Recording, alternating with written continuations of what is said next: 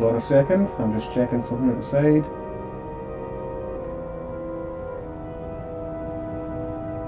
Okay, so here we go. I'm playing Star Trek Resurgence. Again, it's just come out. I have been told, however, that you can get this game on Xbox and PlayStation, but there's not a PS5 version of the game. It's only out for PS4, which is very, very odd. I don't understand the logic behind that. I mean, how long has it been in development for? No idea. But here we are.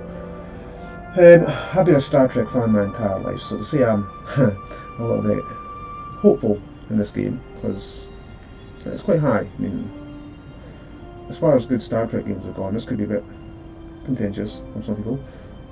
Star Trek Online, I've been enjoying playing that over the years, but see how this plays out. You play as two characters, the first officer and an engineer. Don't ask me the names, I'm not too sure. I haven't done that much research because I didn't want to hit the spoilers. Spock is also in the game.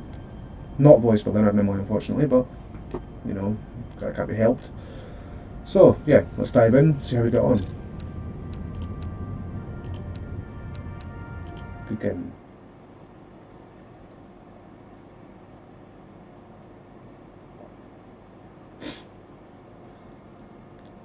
The black screen of up, here we go.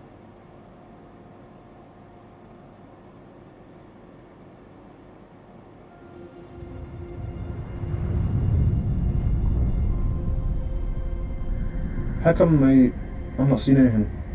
I know you guys are, but I'm not. This is blank.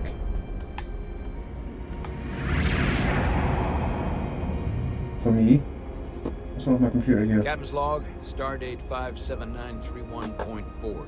The crew is restless.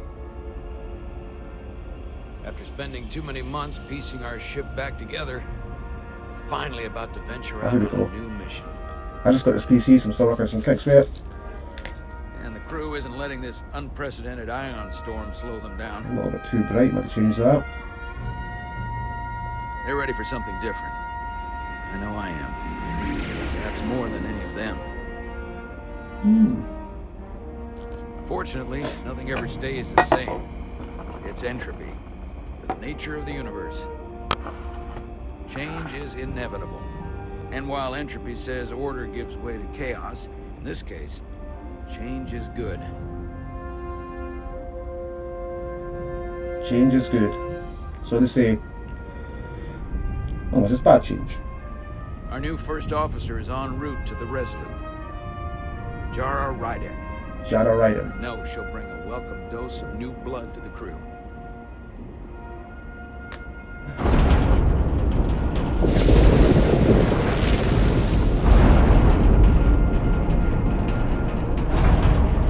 It's a little bit laggy.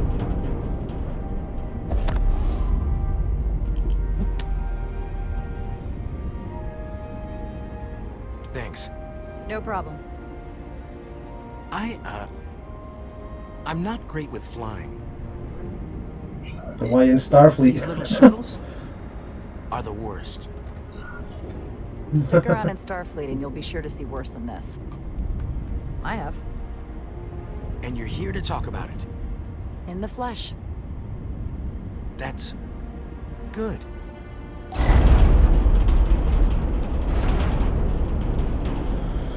Let me adjust my keyboard here slightly. Put that in the road. Sorry, I'm a little anxious. I hadn't noticed. I'm on my way to my first assignment. When we get to the starbase, I'm transferring on to the Resolute. So am I. It won't be easy for Jara to step in at the 11th hour like this. But if she's half the officer I knew she could become when she was a cadet at Starfleet Academy, she'll be the XO this ship needs right now. Well, there's an Excelsior class and Equinox class, I think, is it? Steam runner there as well. Yeah, steam runner, I think.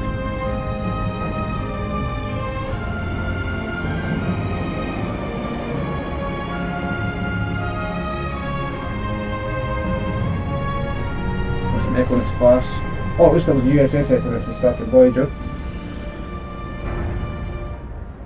Not that ship specifically, but the same type of ship, or class of ship.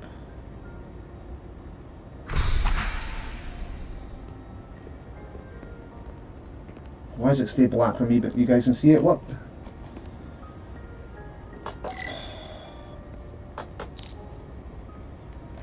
This monitor.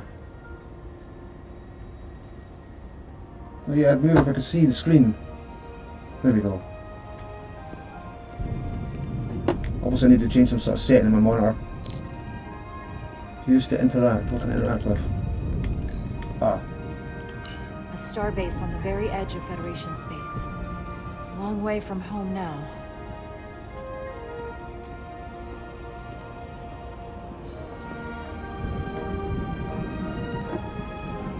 The black and grey uniforms. My favourite. Commander? I'm not usually such a nervous wreck, by the way. I actually did well at the Academy. Oh yeah? Maybe you've heard of the Torvalin test? Sounds familiar. It's a tactical simulator that makes the Kobayashi Maru look like a picnic on Pintaris 5. Anyway, I finished in the top 20. Not just in my class. I mean, all time. In the history of the Academy. Really? That's quite impressive. Thank you. It was tough. But you know, I set my mind to it and it paid off.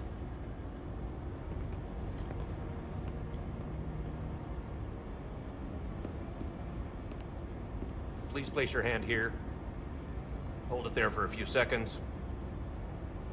Did I click? I do click.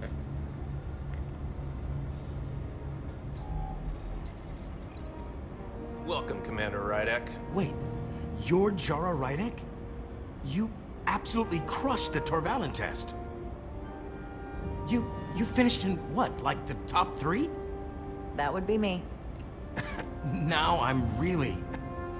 It's an honor to meet you, Commander. Such an honor. Sorry, I didn't realize before. Oh. I just came off the shuttle and was glad to be on solid ground. The pleasure is mine, Ensign. Paul Calloway. Good to meet you. I believe Commander Ermod is expecting you. He's in the concourse just ahead. See you on the Resolute.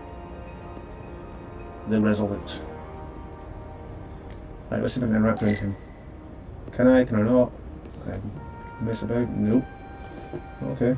Nope. Let's see if I can talk to this guy. I can run. Well, that guy's copying. That dude's copying me. Oh, camera angle's a bit jumpy. If I remember my briefing, What's this guy saying? Commander Ermod is a Bolian, so I'm looking for someone with blue skin. Are you all right? Yeah, I'm just... Well, I'm not sure where my departure dock is. The Resolute's gonna leave without me. Look here. The Resolute is leaving from this dock. From down there. Ah, you're right. Nerves must be getting to me.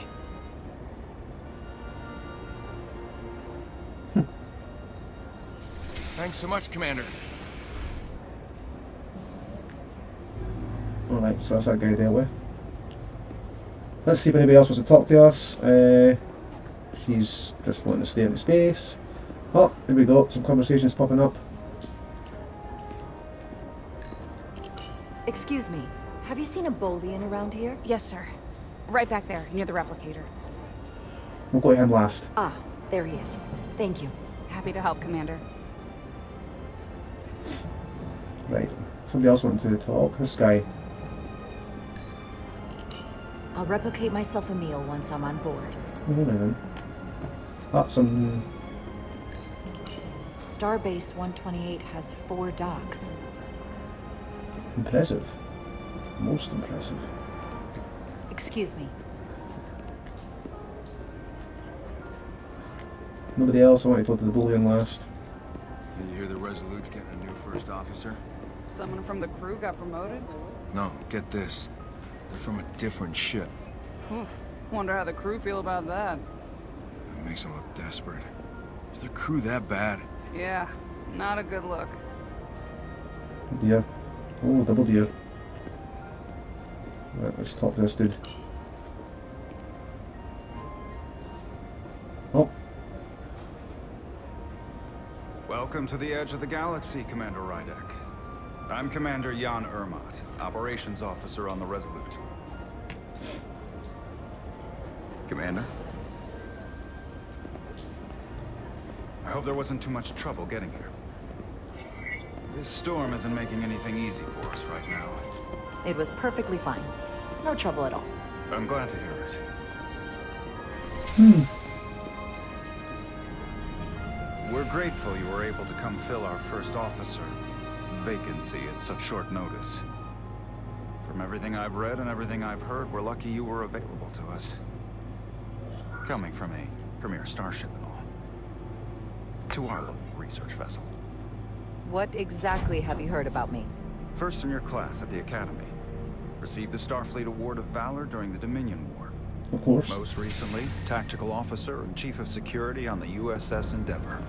Because You've that done your Dominion War was a pesky Like I war. said, we're very lucky.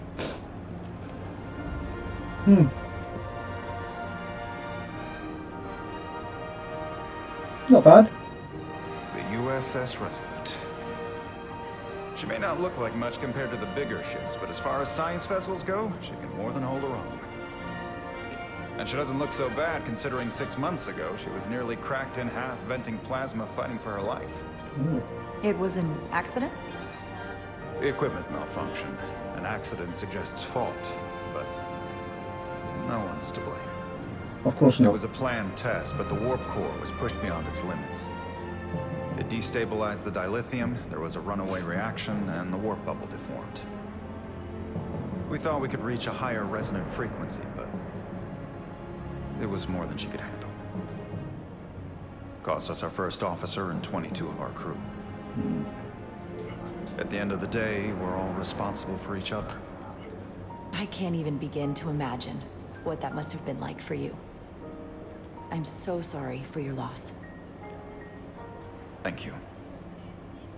It does weigh heavy. There are some things you can't forget. Did you lose anyone close to I you? bet he did. Too many. And to that I'll just say, you have big shoes to fill. Very big shoes. Listen, I realize you've known Captain Solano for quite some time, and I'm sure you're ready to bring your best. But I should warn you that when the captain announced you would be the new first officer, there were those who felt it was a mistake, that he should have promoted from within. So you might want to tread lightly at first, I think. until they come to value your contributions as much as he does. Trust is earned, and it sounds like I have my work cut out for me. But I plan on winning them over. I don't doubt that. I just figured it was better to know what you're walking into. Of course. Starfleet has assigned us a high-priority Yeah. mission to the hotel. Alright, cool, okay. Guess that's the other guy I play as. Carter. Jai made a good first impression with Commander Ermot, coming off as a shrewd and inquisitive while showing empathy for what the crew of the Resolute suffered. Okay, cool. Ensign Calloway was grateful for Jara's helpful guidance when he was nervous on the shuttle flight. Yeah. Controls. I've not got a controller. Well, I do, but not in this computer. Shift is to run, controls couch, Windows tricorder, choose phaser, interactive fire, aim, QE. Alright, cool, so you get to play with tricorders. Modes. Alright, okay. Tari region. I'll let the captain brief you on board. I know he's eager to see you. Will we be mission ready in time? We have every intention. The crew has been working around the clock to get the ship ready. There's still so much to do. The lagginess at the start of the game seems to have kind of smoothed itself out a little bit. Now, am I going to have a black screen again here where you guys can see it? Yeah. Okay. Turn the monitor off and on. I don't know why this is happening. Come on. Bear with me a second.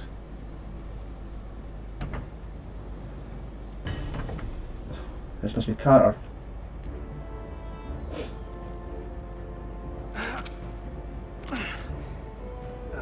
Stuck. Stuck. I got just the thing. Find the plasma torch. That's also good. That's the torch, yep.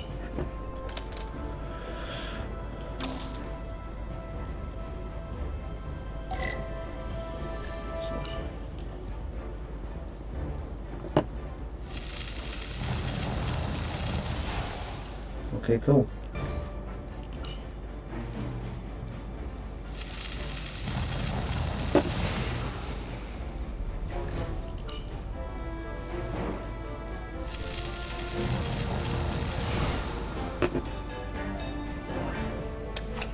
Brilliant. And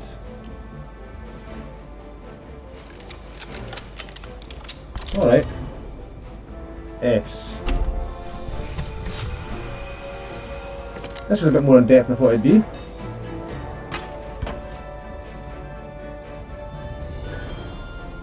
W. That...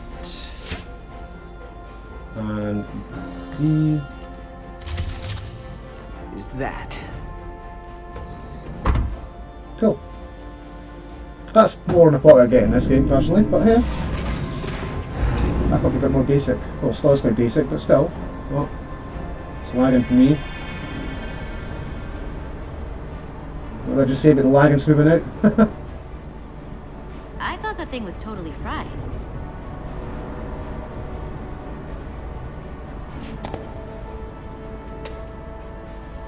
Nice work, Carter. Nothing to it, Neely. And not a moment too soon. The boss wants us down in engineering. This is like, happy cheesy. now. Well, yeah, yeah. Right, anything else I can play with here? Use shift, well, I've already figured that out. But the problem with running, I'm not following anybody yet. I'm wandering about first and seeing if there's anything else here. Hey Diaz, can you give us some help with the transporter? Alright, okay, sure. I'll do all the work for you. What's the problem? We need to test this cargo transporter. I've never been that great with the signal plotting. Come on. I got it. No problem. Okay, what do I do? Select waypoints to create a path through ionic interference. The line connecting the points will lose stability if it passes through interference. The yellow bar indicates the stability of your path. When full, you will succeed. Use the mouse to aim and hold left click to select and drag waypoints. Okay. So... right. Just aim. I don't really quite... what? Yellow bar indicates stability of your path and full, you'll succeed. Okay. So... alright, okay, I'm an idiot. So if I do that...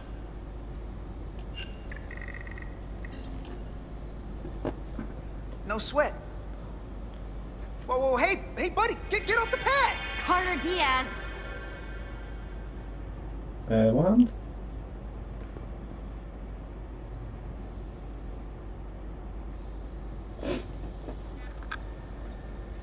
Don't tell Chovak. Not a word. Hurry up. No. I will not hurry up. I will do it at my own pace. It's not like Starfleet pays you money to hurry up. Oh, I can talk to someone. Hey Diaz, have you seen a hyperspanner around here? I last saw it Time's near the wasted. shuttle, Ptarmigan. I'll let you know. What am I looking for? I didn't listen to that.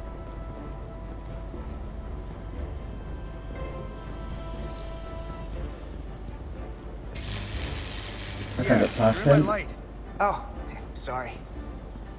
I'm looking for something. Let's run. Oh!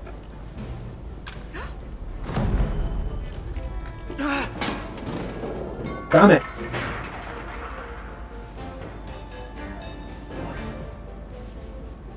Not really your fault though, she should have known better. I bet she's a higher rank or at least more experienced. Can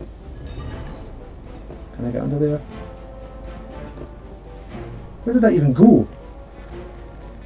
It was up. What? How could that have fallen and landed that, like that? Makes no sense.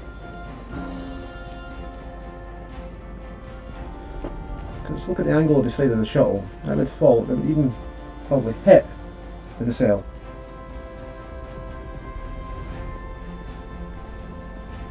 Let's do it over here. Anything? You walk around the transporter pad. Anything here? Nope. Here. Oh, somebody to talk to. Everything okay? I dropped a non-ferrous connector between the coils. Gonna have to remove a few of them to find it, and then... Whew, then another hour of recalibrating. Ouch. I'll leave you to it. This must be the clumsiest Starfleet crew in all Starfleet. Corrosion in there was pretty extreme. Nothing I couldn't handle, though.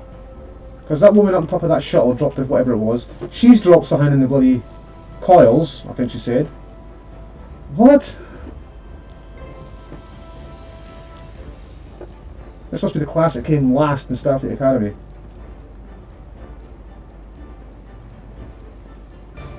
Anything? Oh, stuff. Probe.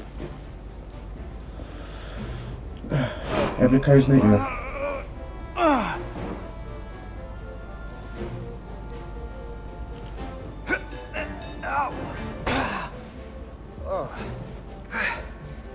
Oh, these are heavier than they look. Don't know that Makes more maybe. sense than zero G. You're welcome.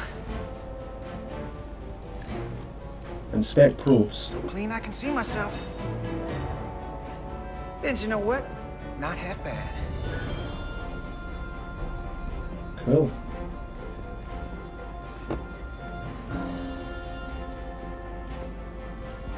Now let's look at this first. Storage containers. A place for everything, and everything in its place. Well, I've been here, I've been here. I've not missed anything. Do another jog around the transporter, get a carry up. Never skip loud day. I've been here. Oh, can't go that way. Okay. Oh, something. Take two, is that what? Aha. That's not where that goes. Maybe we could figure out where you're supposed to be. That's what she's won. Bum, bum, bum, bum, bum, bum, bum. Oh, hey, there it is. There it is. You're a lifesaver, Diaz. So they're not only clumsy, they're also hapless because she just left that line But I somewhere. try. Ah, worst Starfleet crew in the fleet.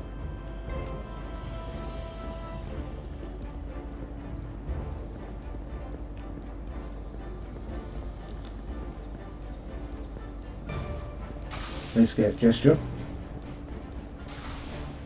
Ha! No. Ah.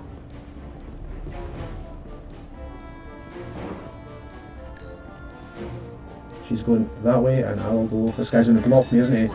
Gives you access to the tubes behind cargo storage all the way to the turbo lift. Not after the retrofit. Bulkhead cuts it off at Section 2. New computer reroutes. So then, I'm thinking we'll have to do the work in that tube. Then take the turbo this lift open? from Section 2 to Section 3.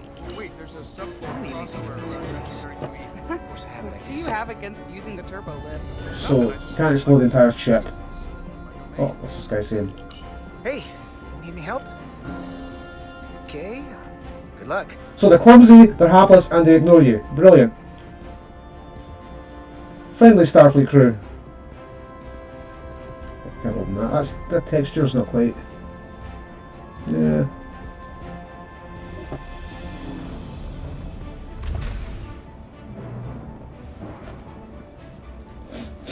Engineering. I heard the new XO just arrived.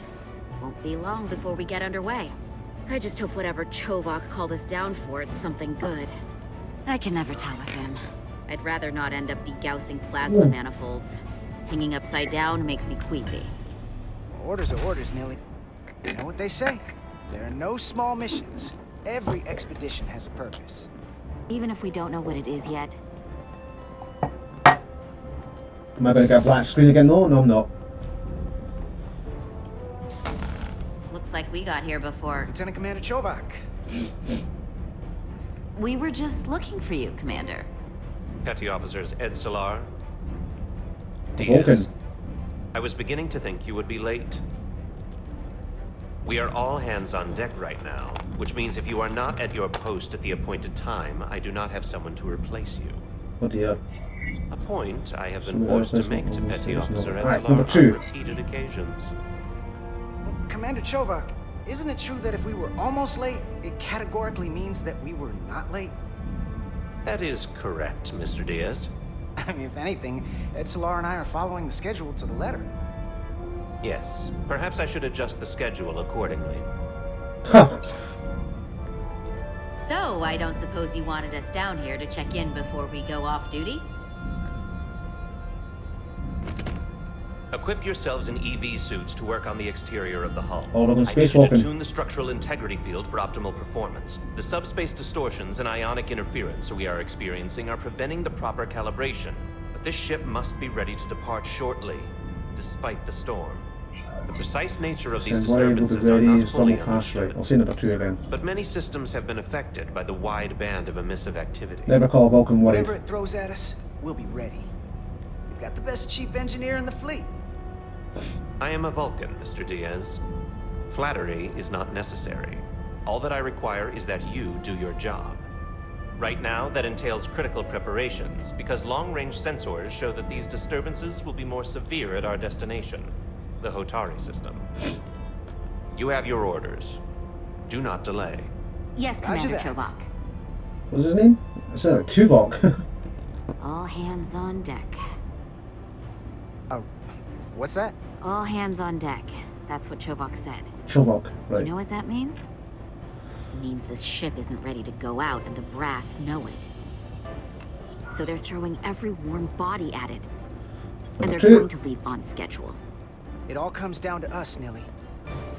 We're the ones who will get it ready. I know what we can do. But this isn't just any old refit or any old relaunch. Oh, whoa. Excuse me. A lot of new faces coming on board. It's gotta be tough coming as a replacement. Give him a chance, a bit of ready, have no doubts. I'll say 1. Be a nice guy about it. They seem all right. Something that happened 6 months ago while they were off on another ship, Be nice but not too that's nice. nothing to hold against them. Yeah, you're right. I guess getting a little new blood on board doesn't hurt. Hold on. Now there's an old face I didn't expect to see again. Hey, Miranda! You weren't gonna leave without me, were you? Miranda, you're here? We thought you were staying on the Adirondack. Transfer came in at the last minute, so I figured I'd slum it on this bucket of bolts. Looks like you got her back together pretty nicely. I wasn't sure what to expect. I'm gonna take the high road here, pretend you didn't say that, and welcome you aboard. He's a better diplomat than I am. He still owes me a bottle of Saurian brandy. Don't think I forgot. Oh yeah, it's coming back to me now. Maybe Carter can rustle up that bottle and we can give you a proper welcome. As soon as we wrap up this quick little Starfleet and spacewalk. bottles always ends well. Oh.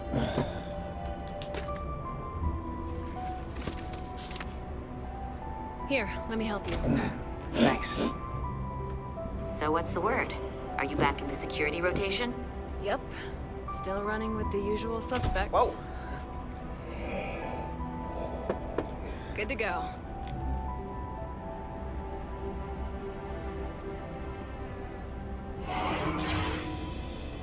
See you on the other side.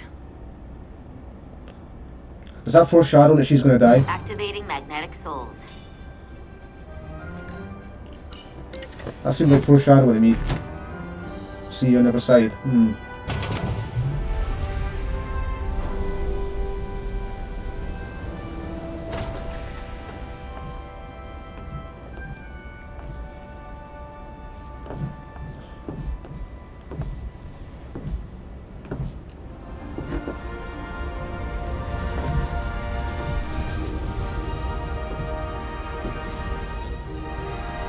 That view never gets old. Let's go. If I was in real life, I'd have the heebie-jeebies so bad. I would, yeah. Not lag.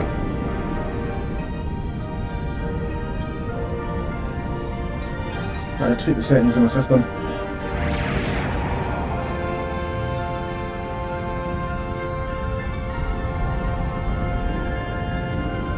Definitely a thing at my honor. There's nothing that they never game.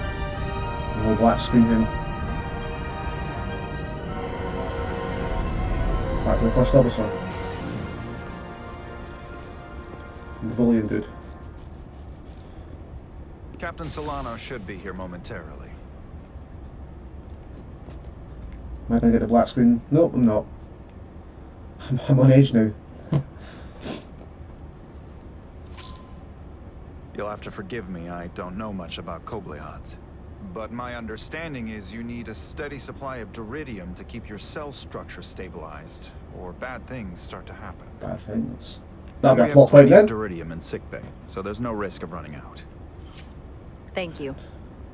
Feel free to make yourself at home. And help yourself to whatever you like from the replicator.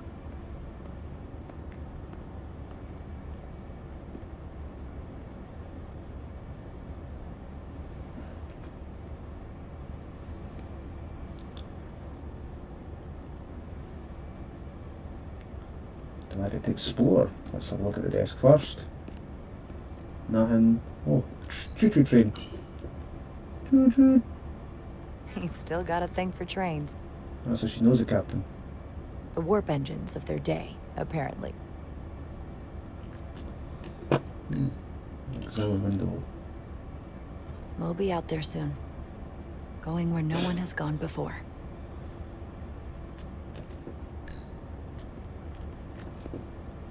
I thought Star Trek First Contact established that windows were just basically force fields. It's got a gleam to it, so it's natural glass, or what do they call it, transparent steel, or transalumin, or something like that. Can I explode this little rock? I can. The first mineral Captain Solano ever discovered. Always was the nostalgic type. Oh. Jara Rydek. Last time I saw you, it was graduation from the academy. You'd already secured one of the most prestigious assignments possible. And you were burning with enough ambition to fuel 7 trips around the Necrid Expanse. It's good to see you again, Captain.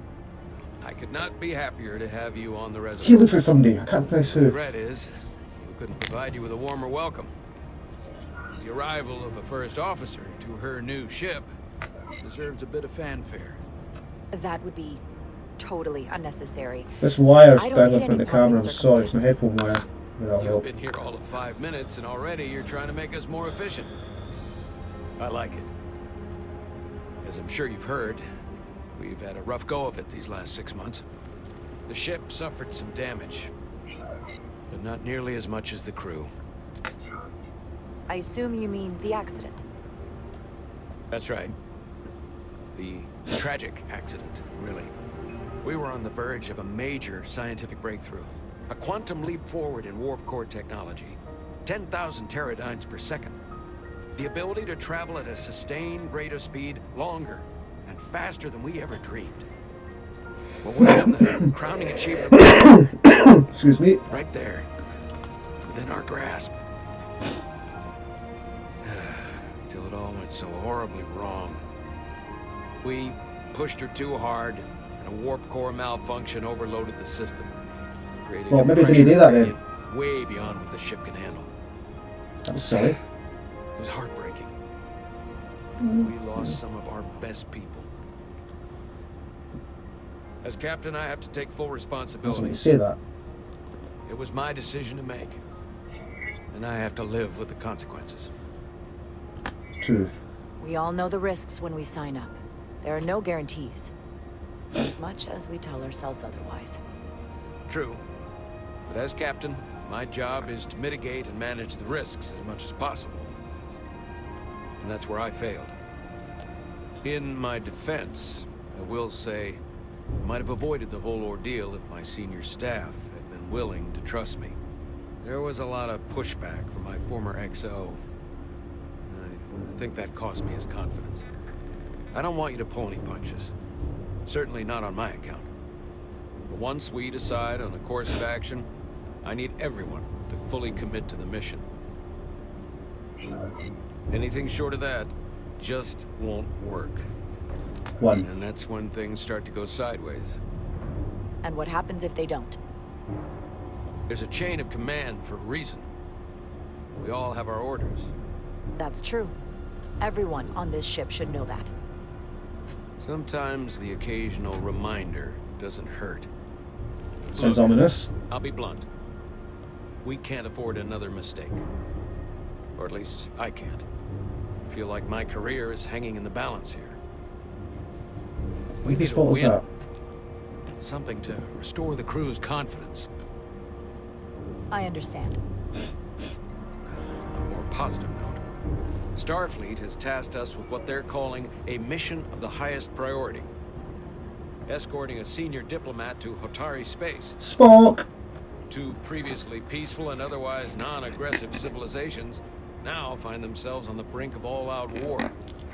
So it's a peacekeeping mission. I see it as a golden opportunity to not only prove what the Resolute and her crew are truly capable of, but also a mission for which we're uniquely qualified. This ionic storm. Our long-range sensors suggest it's several orders of magnitude stronger than anything on record.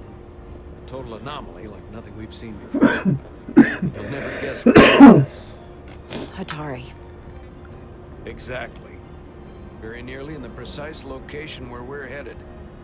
Where I imagine the interference will be exponentially greater.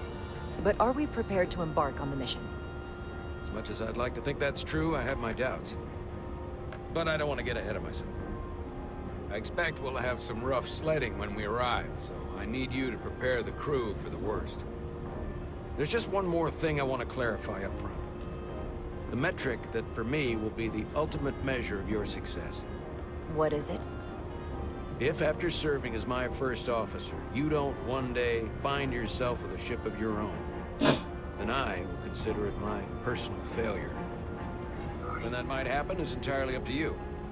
But it goes without saying. I bet she gets command of the ship by the end of the game. It's been a dream of mine since before I can remember. So I would be honored to become a captain someday. The captain's not going to die, I'll be the bad guy. You have my promise. I'll do everything in my power to see that. Just sign off about him. Thank you. Come. Especially what it said about wanting to encourage the crew to whatever it said. Let's see what it says here. Captain Solano was reassured by Jara's modesty and leadership potential after their first meeting. Okay. Oh. Right, hold on. Let's continue exploring. What's that? NCC 92317. Can I do anything here? Nope. Oh, I didn't check the storerooms. Can't run.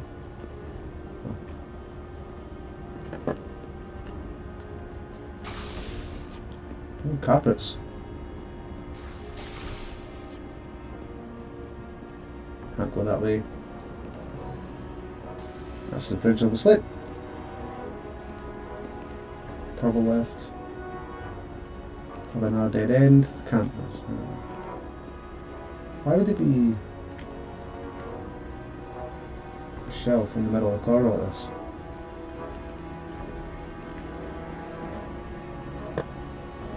Control feels a bit kind of wooden, but I guess in this kind of game, that's what you expect. I bet that goes to the same bridge. Oh, I was using two ships. Yeah, that must go to the same. Why can't that door open to the bridge too? Let me see around the corner there. There's a doorway.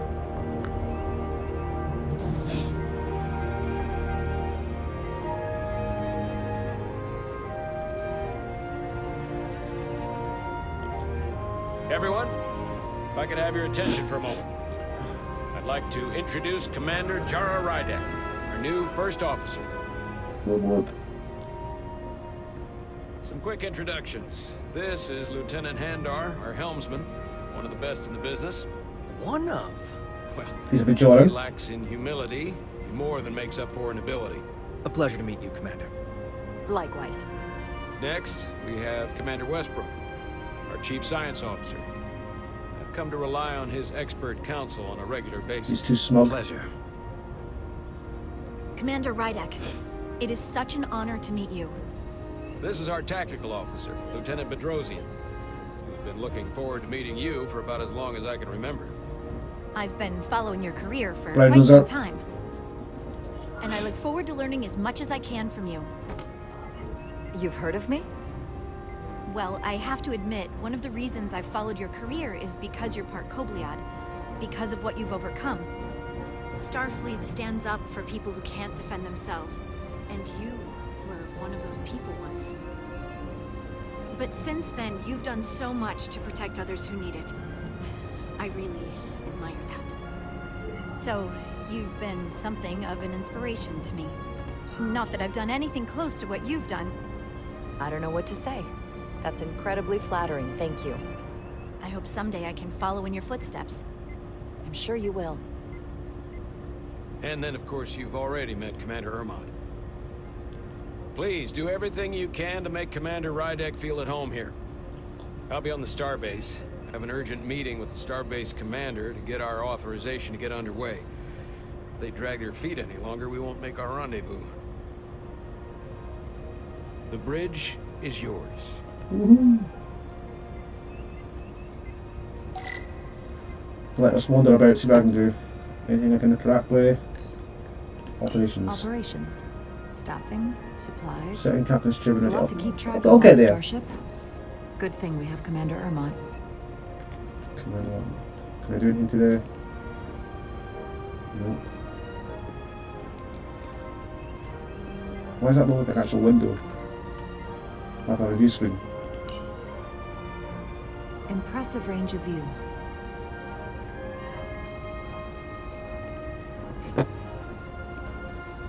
What about here? No. Is that open? No. Science station. The Resolute is a science vessel, primarily. Might explain Commander Westbrook's attitude. I'll have to speak with him later.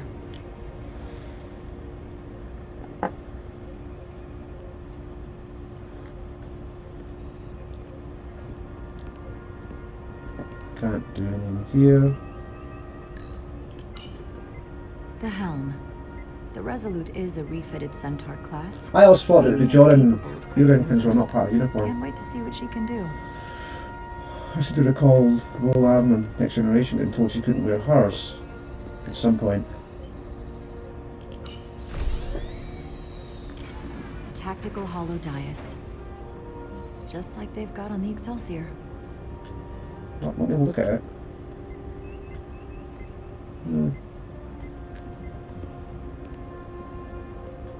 Can't do anything there. It's turbo left. Can I go back out? So many decks. Full of crew. So many? Not Like my what? responsibility. 10? Let's see actually.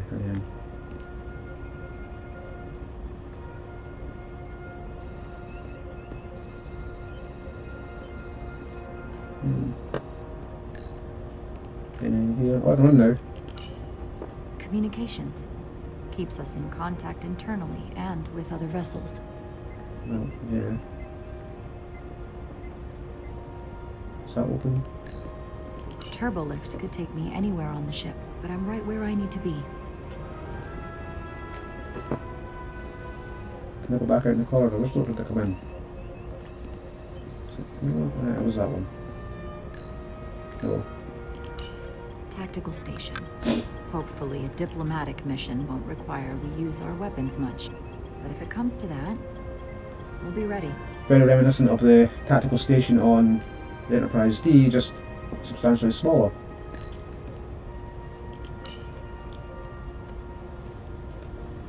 Commander, Chief Engineer Chovak needs to lower the structural integrity field. He's sent a crew out to recalibrate the emitters in response to the danger posed by the storm. We just need your go-ahead. Permission granted. Lowering structural integrity field, now. Entering maintenance mode. Condition blue. A sign dodge are going to happen. Oh,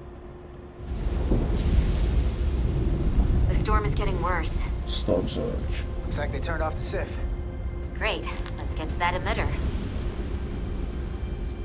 Oh, so press A to start walking. It looks like they're on a treadmill.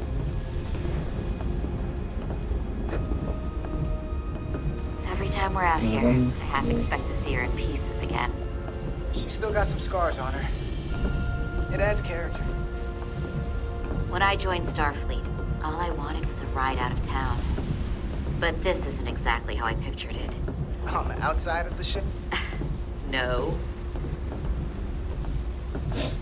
Sometimes it feels like we're just part of the machinery.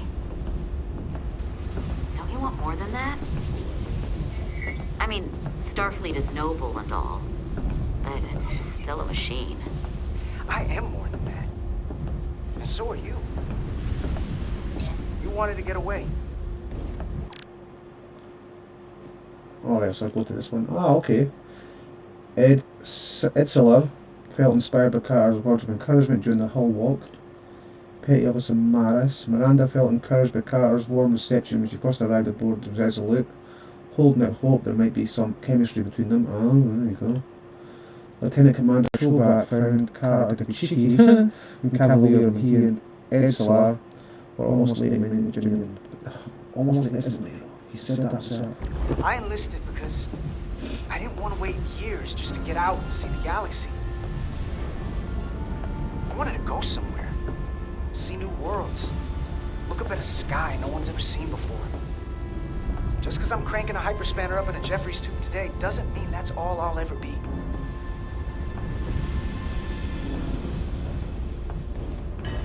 Diaz to Commander Chovak.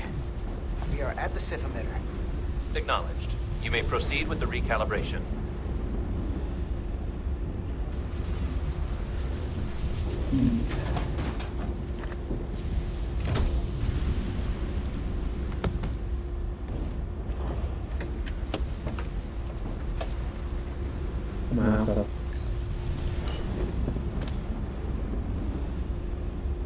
Beginning recalibration. Align. This is a bit jiggly.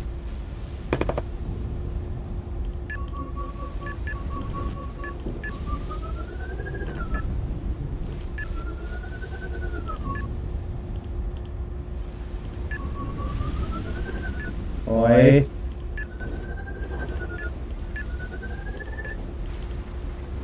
Oh. Looks good. That wasn't so hard.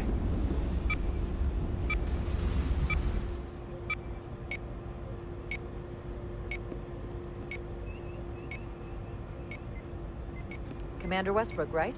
Chief Science Officer. You remembered my name and my rank. Impressive. Yes, I'm the Chief Science Officer, and I have the dubious honor of being the first senior officer on this bridge. I know this ship inside and out. Better than just about anyone. You seem to think very highly of yourself. With good reason. Smog. Like I I'm said, curious, smog. though. A Kobliad, or half in your case, is an odd choice for first officer, given your vulnerable condition and all. But if, as an example, we found ourselves in a hostile situation, and you were suddenly incapacitated because you needed an infusion, what would happen then?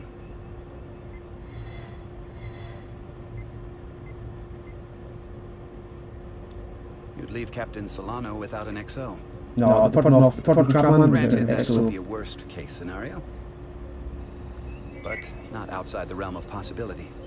That's very kind of you to be concerned about my well-being. But you don't need to trouble yourself on my account. I'll be fine. Well, I wouldn't say I was concerned, just No, you're just a curious, dickhead. that's all. Maybe a little bit racist. Listen, can I be blunt, Commander? I see no reason to stop now. Commander Sutherland, your predecessor, was one of the best first officers in all of Starfleet. His record was impeccable and his reputation was without equal. I mean no disrespect, but the shoes you're stepping into are almost impossible to fill. If there's still an echo, let me know. He was loved by the crew. And he was one of my closest friends. So I can only hope that you'll live up to expectations. Mr. Westbrook, if you have some kind of problem with me, and you just met me so it has nothing to do with me, you're gonna have to figure out how to get over it. Because I'm here, We don't want and I'm echoes. not going Those are anywhere. bloody annoying. Do you read me? Loud and clear. I'll stick to science. That is what this ship is for. Very well. Seeing as Captain Solano is on the starbase, let me give you an update on this ion storm we're flying into. Let's see, this is the smug Westbrook. Commander Westbrook was put off by Jara's smug and confrontational attitude when they pushed. He was smug and confrontational! Pot kettle black match? It's Dickhead. unusual, unlike anything I've ever seen. At the moment, I can't tell you if the Resolute will shrug it off or if we're putting ourselves at risk. However, if we learn more about its patterns, its nature, we can come up with a scientific countermeasure. Just a moment.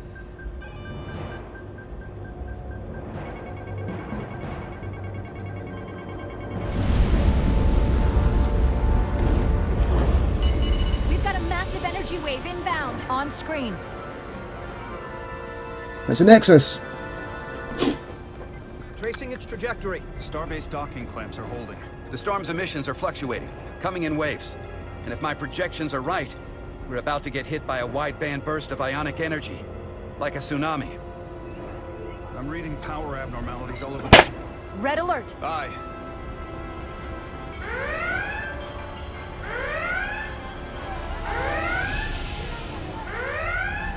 Evacuating main gangway and retracting. Time to run, is it? Putting sensor Oh, no. visualization on screen. With the structural integrity field shut down, we can't take a direct hit. Time to impact. 1 minute. Shield systems are severely impacted. We have limited protection. I need every available solution. What are our options? We can weaken the impact of the storm with a deflector pulse. There's a better way. I'm sending all auxiliary power to the deflector dish. Send the aux power to the shields. We can't reactivate the entire shield bubble, but it's a directional threat. So we can orient all we have towards the wave. You have to believe me. We only get one shot at this. We can't afford to get it wrong. Petrosian, get those shields up. Rerouting power to shields. Stand by. I need a heading. That was a We've good only got call. one shot. Understood. On my command.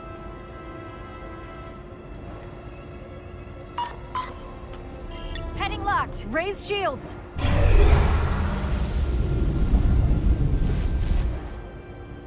This is it! All hands, brace for impact.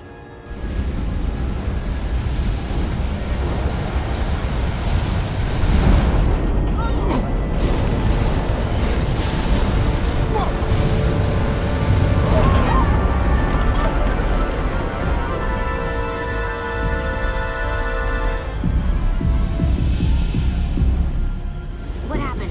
We have experienced a surge of radiation. I'd get back inside. This radiation supercharged the plasma, forcing it to backflush through the system and creating a dangerous imbalance. And you blow out every primary system on the ship. Just tell us where you need us. I need you to traverse the hull to the access port to recalibrate the port nacelle plasma regulator. Spacewalk in.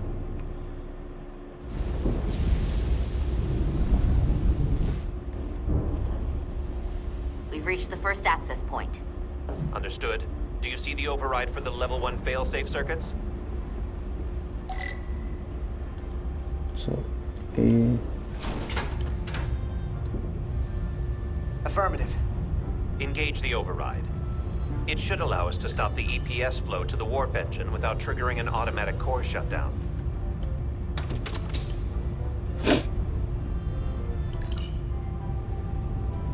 D.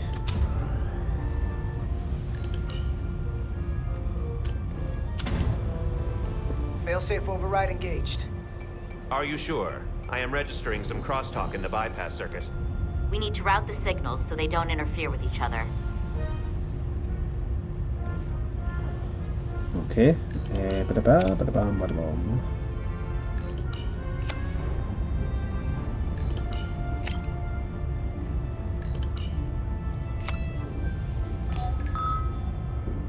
Diaz to Resolute.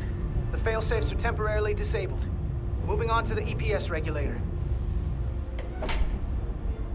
Why couldn't she be doing that and he's doing this? Heads up, Carter. What is that? One of the discharges coalesced. It's coming right toward us. I'm gonna try to disrupt it with my phaser. Here's one.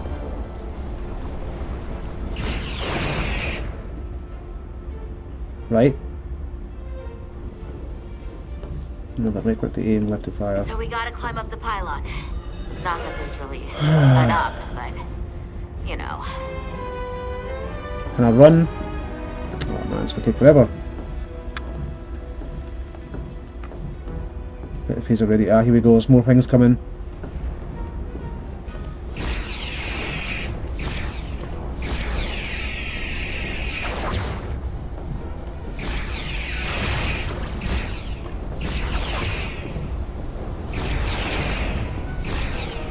Oh, the things.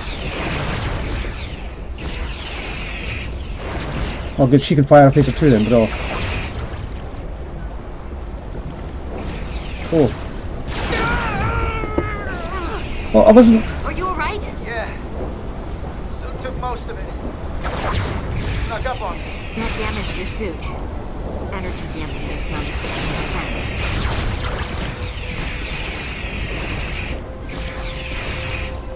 You'd think the ship would have some way of protecting against this. We're almost to the regulator. Come on!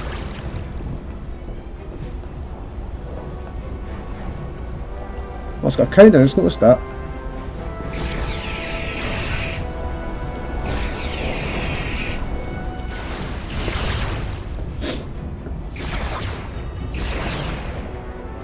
We're at the regulator. Opening the access panel. Now halting the EPS flow to the port nacelle. We have little time before it causes an overload in the engine. You must work efficiently. Must work efficiently.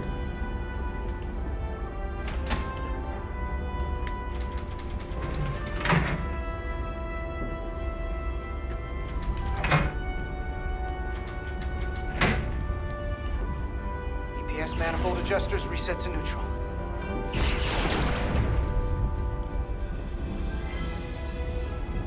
Cool, cool, cool. What am I doing?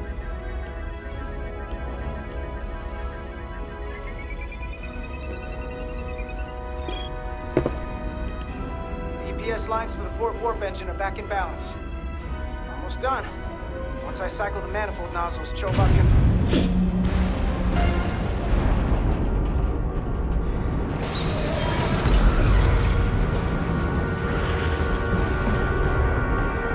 Uh-oh.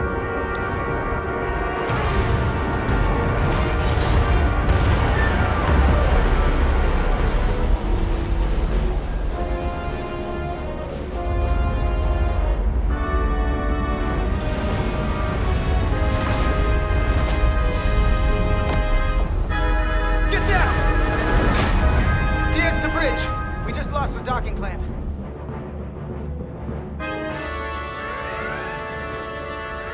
We've got a lot of debris coming down. Hull vibrations, too. We can't finish the EPS regulation in these conditions. Please advise. We have to release the ship from that other docking clamp or the hull will be ripped apart. There's a problem. The clamps are supposed to disengage automatically in an emergency, but it's not working. Of course it's not working. What are our options? The docking clamps are They never work on exploding emergencies. bolts for an emergency release. We've got crew out there. That'd be like setting off a bomb next to them. Maybe there's another way. Starbase is hailing us. Put him through. Resolute, the remaining mooring arm is failing. You need to disengage from the starbase now. The damage to the station will be catastrophic. We have crew outside and are looking for the We have safest way people to... on this station. If that mooring arm breaks, we could lose dozens of crew. Commander, hear me out. Reverse the polarity of the hull, which theoretically will repel the docking clamps. Okay, what do he says? Engineering crew right off the hull Maybe not. storm. This is Captain Solano. Put me on screen. Go ahead. Captain, we have a situation. Commander, what are you doing? Blow the bolts on the docking clamp. The captain doesn't know the whole story. I'm giving you an order. All due respect, sir, it's a more complex situation than when you Jara, disembarked. I need you to do the right thing. We can't have this go sideways before we even leave for the mission. The captain made himself quite clear. They're gonna get hammered with debris out there. Reverse the polarity. There is protocol. And there are lives. Starbase, stand by. We're gonna flip hull polarity to disengage the clamps. Yes, Commander.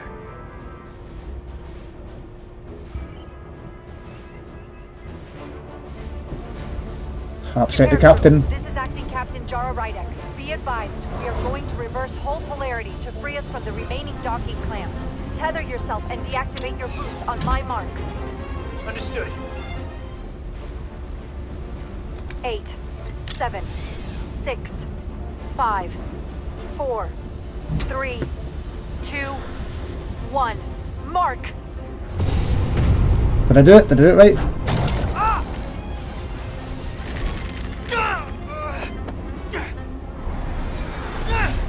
Grab my hand! Why did he have to unclap his boots and she didn't? Thank you. Plasma imbalance is reaching critical condition. We are moments from primary system failure. I got it.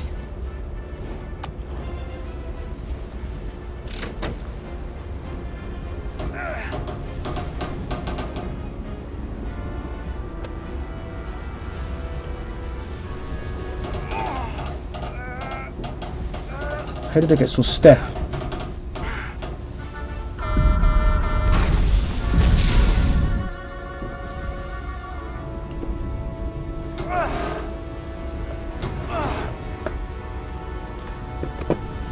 Teamwork.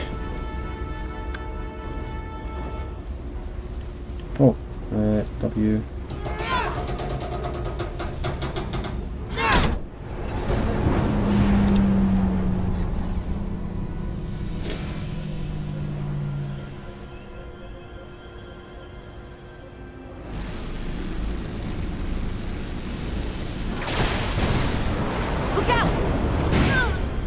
Excuse me, my phone just... Oh shit! That was close. Not to self, pay attention. Petty Officer Etzelar's hurt and unconscious. I'm gonna have to tow her back to the airlock. Mr. Diaz, the situation has changed. You are at risk of triggering a substantial electromagnetic arc if you approach the main hull the way you came. Why'd that beam him? The way we came is the nearest airlock. There's an auxiliary hatch near you on the far end of the pylon. You must bring Miss Etzelar there to access the interior. Don't transporters exist anymore? Roger that. Going there now.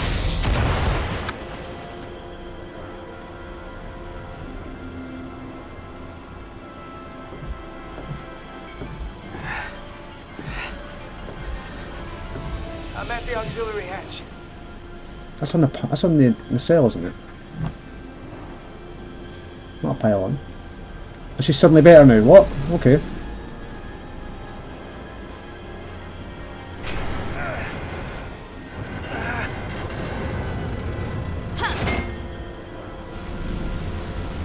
You go first. What? Let me save your neck this time.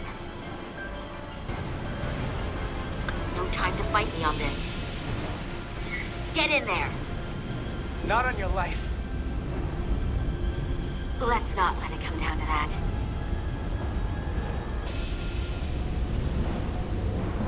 See, he's got to be a gentleman.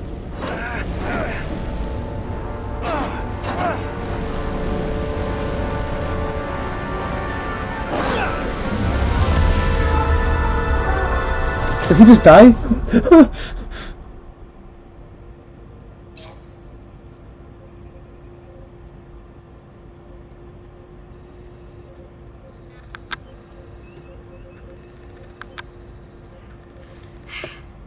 We made it.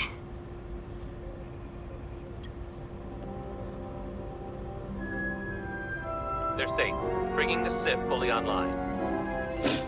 Do it. She took a blast from that thing.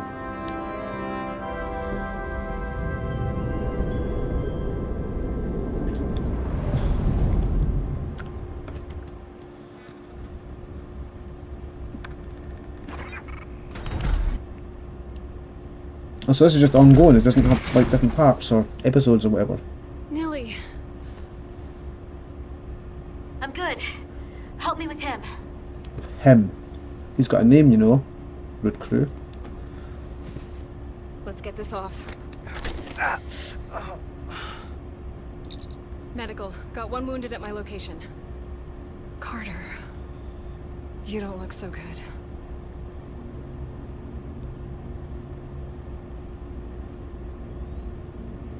You gotta be more careful.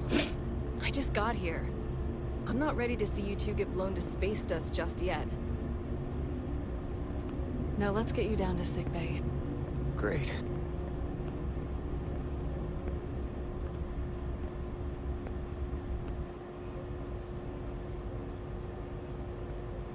Is she going to get a bollocking from her captain? Status report. The repair crew made it inside. EPS flow is back to nominal levels. The SIF is back up. How does this affect mission readiness, Mr. Ermot? Releasing the docking clamps using hull polarity minimized damage to the Resolute. We'll have some last-minute repairs to make, but if we reapportion some of the staff, we can make our departure on time. As of now, however, we are successfully moored to the station. Good to hear. Send updates to my ready room. Commander Rydek, with me. Is she going to get chewed out? For not doing as he says? I don't trust guys that just have moustaches.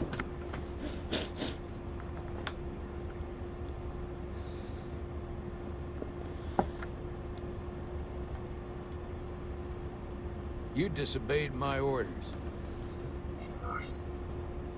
Well? Respectfully, Captain, I made the right choice given the information I had. You disobeyed my orders! And not just in front of the bridge crew, but the Starbase staff as well. Aww. That's going to get around. My name's already tarnished around the fleet. But what is it going to do to my credibility on this ship? From the top to the bottom. Bridge to lower decks. Maybe I shouldn't have disobeyed a direct order. But you were wrong. You weren't on board, and you didn't have all the information. So I made the right decision for the ship. If you're worried about your credibility, put your ego aside and trust your crew.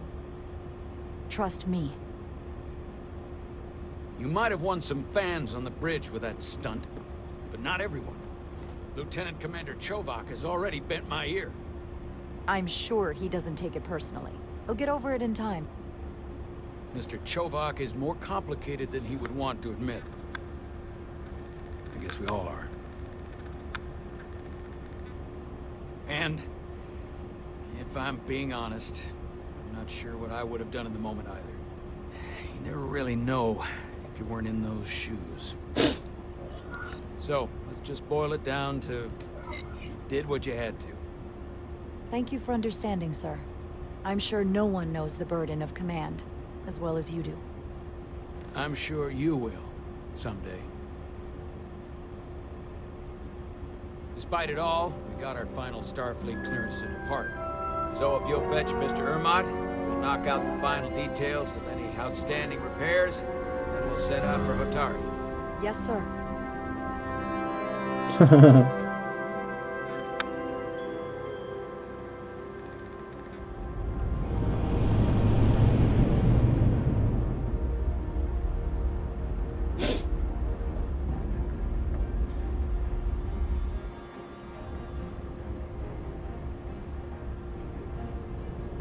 Oh, my screen's gone black. Oh man, I hate this monitor sometimes. All departments reporting full mission readiness. We've got our full complement on board. This is my favorite moment, right now. The start of a new mission is always full of possibility. The Orion Syndicate could sell it as a drug. Don't let the Admiralty hear you say that. I think it's the HDR settings on my monitor that are causing some sort of ragged loading screens. I don't know why. Maybe looking at it. So I can figure it out. Sit, everyone. I never got that with Skyrim or Euro Truck Simulator though. You all know, I'm not big on speeches. We're embarking on the first mission since our refit. Ooh, exciting. Let's make it a good one. Disengage docking clamps.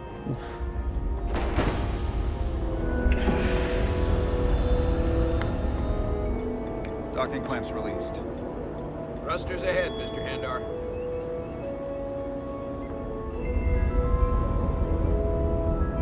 A strange looking little ship.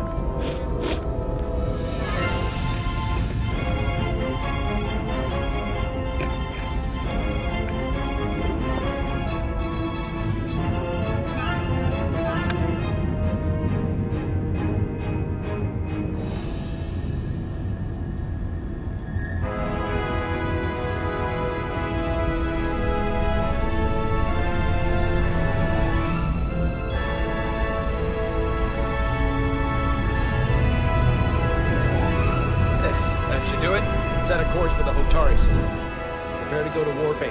Aye, Captain. You know what? You take this one.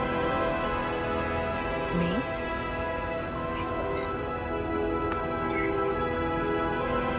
Engage.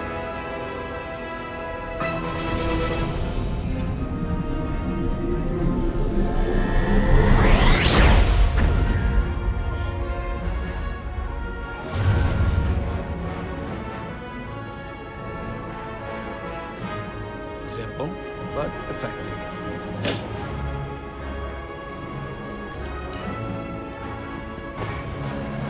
Easy. Thank you. I'm fine. Really, You don't look so good.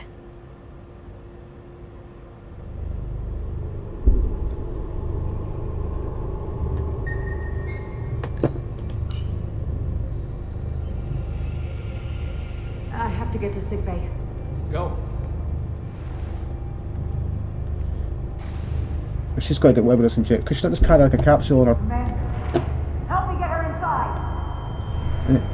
Like a heavy spray capsule or something and inject herself with it, so if she's caught off guard, then yeah.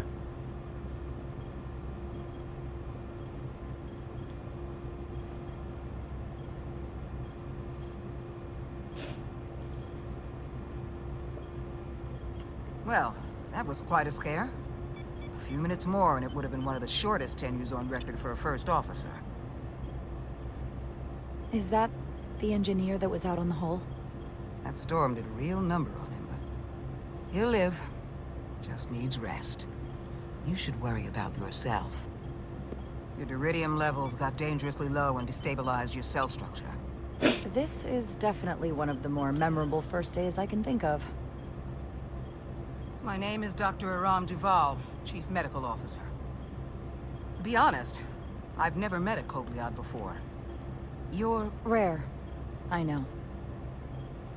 I was going to say special. Your people's numbers have dwindled, despite the Federation's efforts to find a more readily available alternative to the duridium you need to survive. Yet you joined Starfleet and managed to thrive. I imagine the responsibility must be overwhelming. Maybe even a burden at times. It does make me unique, but it's not a burden at all. I'm honored to be Kobliad, to represent my people. As you should be. And don't worry, I won't treat you like a science experiment. I just do the science and leave the experiments to Solano. You don't agree with his methods?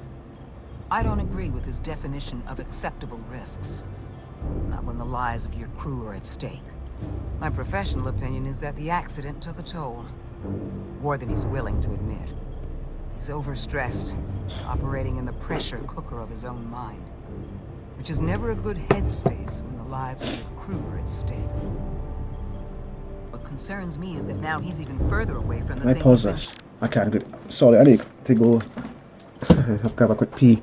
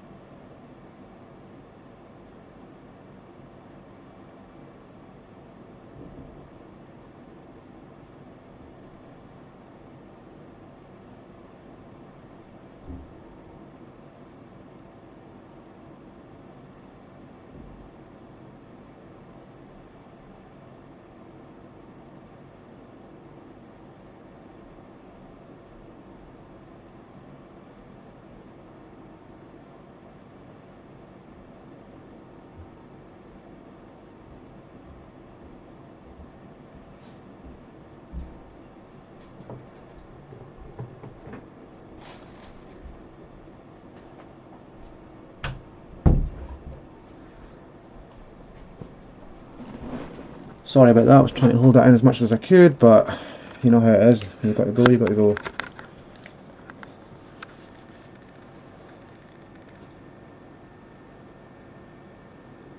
Thought you had a stalker, but it's just Widow. Yeah, that's the Black Widow.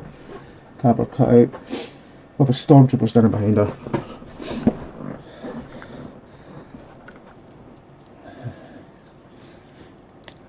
I've got Harley Quinn on the other side of the room. What's it say here? Commander Westbrook respected Jara's inclination to protect the crew when Starbase ordered her to disengage the docking clamps, and he applauded Jara's efforts to explain the complexity of the situation to Captain Solano. Ultimately, he was thankful when Jara defied Captain Solano's orders and made her own command decision in the moment. Cool. Bedrosian. Lieutenant Bedrosian admired Jara's instincts to protect the crew when Starbase ordered her to disengage the docking clamps, and she thought highly of Jara's efforts to explain the complexity of the situation to Captain Solano, and she was relieved when Jara defied Captain Solano's orders and made her own command decisions in the moment. I can't even read, apparently. Captain Solano's fury over having his orders defied was compounded by Jara's continued rebellious attitude and stubborn opposition to his leadership, leaving him questioning his choice of first officer. But you want a first officer who can think for his or herself, surely. In case the captain's incapacitated, you want your first officer to be able to make decisions by themselves. So, yeah. Especially when the captain doesn't have all the facts. Commander Ermot was glad Jara's first instinct was to protect the crew when Starbase ordered her to disengage the docking clamp. I did already. He appreciated Jara's efforts to explain the complexity of the situation to Captain Solano. Blah blah blah. Chobak. Lieutenant Commander Chobak did not approve of Jara's unwillingness to follow protocol when she defied Captain Solano's orders to blow the bolts from the docking clamps. Well, that's just his problem. That's a shut off like that, that's okay. I know nobody else yet. Resume. Facing his entire career. Breakthrough discovery. A major innovation. Something he can put his name on. The more the time passes and the further out of reach it gets, the more risk he'll be willing to take. I hear you. But that's my job, isn't it? To make sure that doesn't happen. And we don't lose sight of the bigger picture. Which is exactly why I'm so glad you're here. We need you now more than ever. And I have to give you credit for what happened on the bridge. It took guts to defy a direct order. Huh. I guess word travels fast around here. It's a small ship, and everyone's curious about the new XO. Fortunately, your cell structure's almost completely stabilized. So it sounds like the captain's going to end up being the bad guy here, doesn't it? Mind you, without regular infusions of his own ego is going to cause him to lose it all, basically. It's as simple as that. Understood. Then, my work here is done.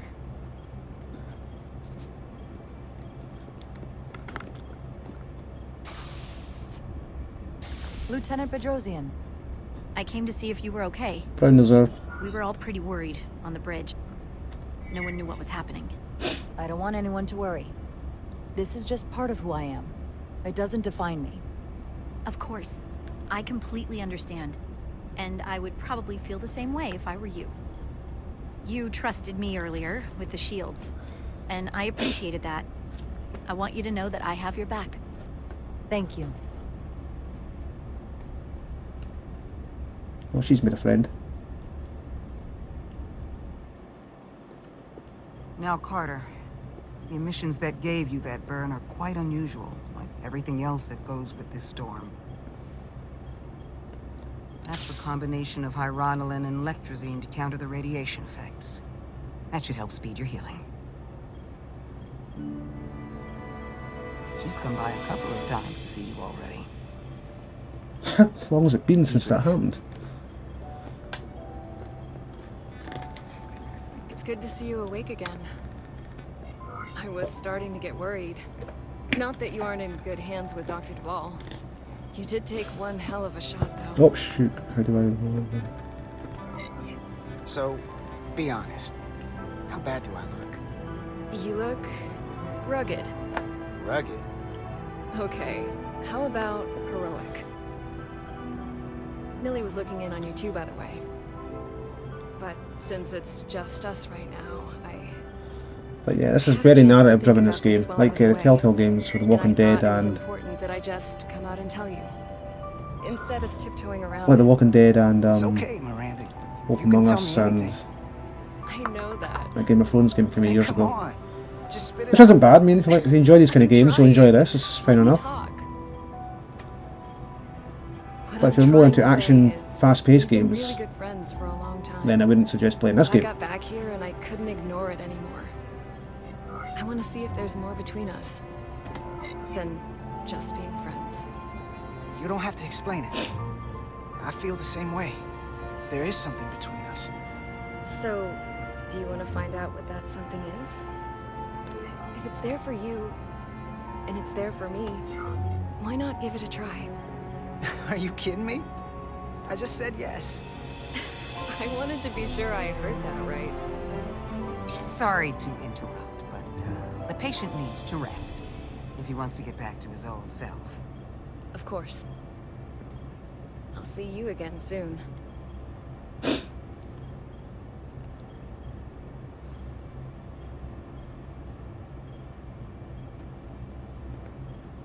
I wonder if they're a crewman because of that looks like a crewman's pip, not a ensign or a lieutenant.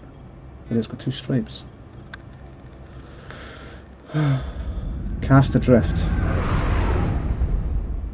When's Spot come in? Oh, Approaching the what a rendezvous lag there. point outside Atari space. Helm, bring us out of warp. Dropping to impulse. Ionic interference surging, Captain.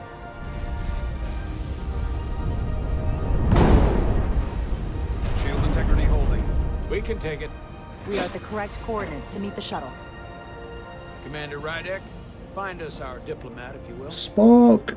Aye, Captain. Let's reduce the noise. Filter out environmental signals. I can manually tune what's left for Federation signal types.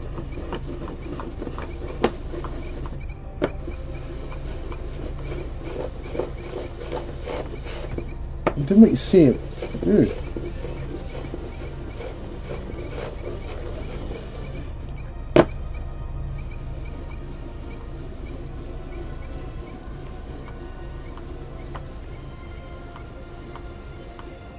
Finally.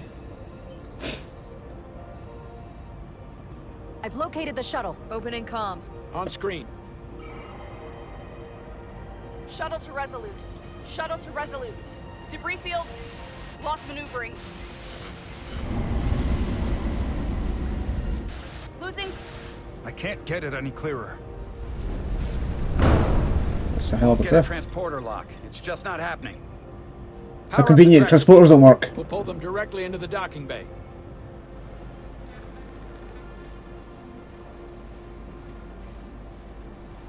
Diaz, you good to run the tractor emitter? Yes, sir.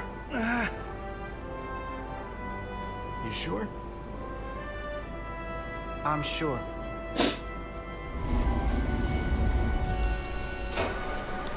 Come on, Diaz. First thing, lock onto the shuttle and stabilize the rotation. Alright, okay, so... Oh, not this again. Oh.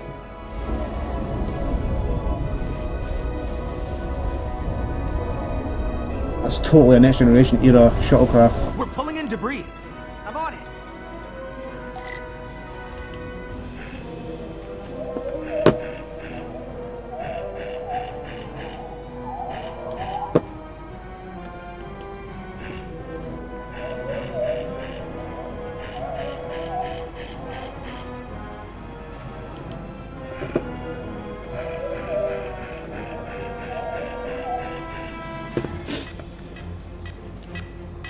What's that?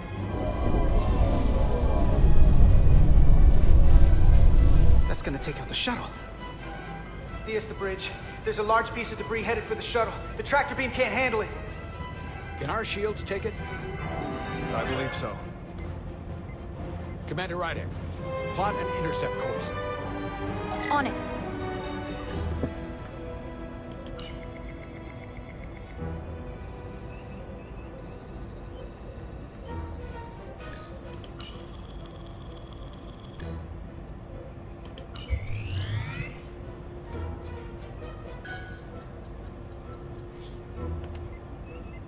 Here we go. Maneuvering thrusters bearing 53 Mark 17. 200 meters on an intercept course. Maneuvering.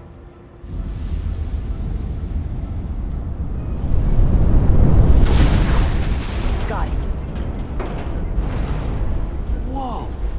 Someone's working hard on the bridge.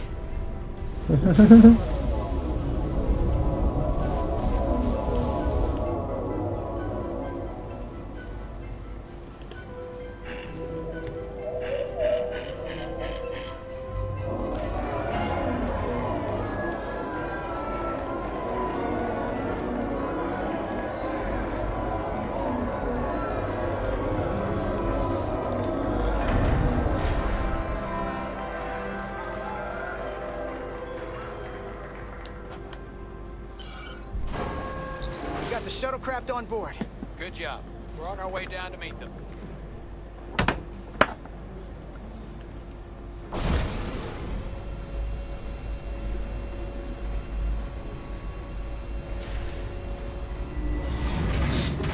Terra firma, Spock. so to speak. Ambassador Spock.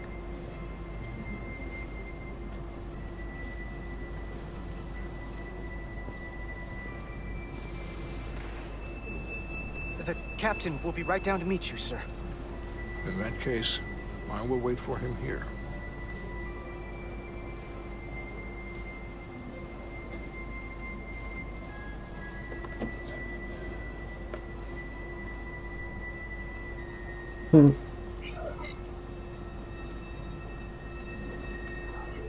Apologies for the landing, Ambassador. I was operating the tractor beam, sir.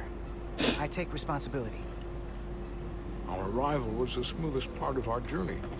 Your artistry with the tractor beam is commendable. We thought we were prepared for our arrival in Hotari space, but it is evident my craft was not sufficiently robust for such intense ionic activity. The storm has been pretty intense. There was an element that was most unusual. Before you came to our aid, our maneuvering thrusters and impulse engines were rendered inoperable. So we attempted a short traversal at warp speed, only to find that we could not achieve warp at all, even though our diagnostics computer showed no faults or anomalies. What do you make of that? When all indications say that warp speed is possible, but in practice, we find it is not. Well, this storm is one of the strangest phenomena we've ever encountered. It's disrupted other systems. Who knows what it might do to a warp drive? Yes, it would seem further investigation is called for. Take readings, run some additional diagnostic checks, and we'll get to the bottom of this. Quite logical. Petty Officer... Carter Diaz. Petty Officer, right. Sir. Thank you. Ambassador Spock. Excuse me. I'm honored to have you aboard. I'd like to get right to it. We're already behind.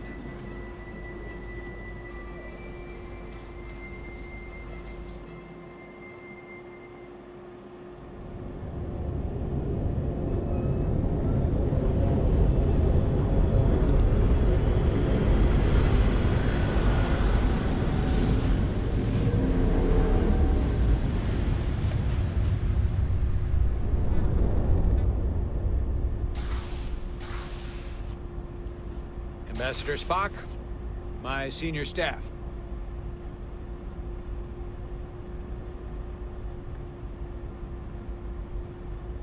It's not every day that a captain gets to welcome a Starfleet legend aboard. You flatter me, Captain Solano. But legend implies the past tense, whereas I am very much focused on our present circumstances. I didn't mean to suggest you were stuck in the past. You're right, Ambassador. Not the most diplomatic choice of words. We're all curious about the future. Nice joke, that's stuck in the past. Specifically, what exactly are we getting involved in here? Caught that pun. We got the basics from Starfleet. Two formerly peaceful neighbors are now on the brink of war. Indeed, and the tension between them grows fiercer by the hour.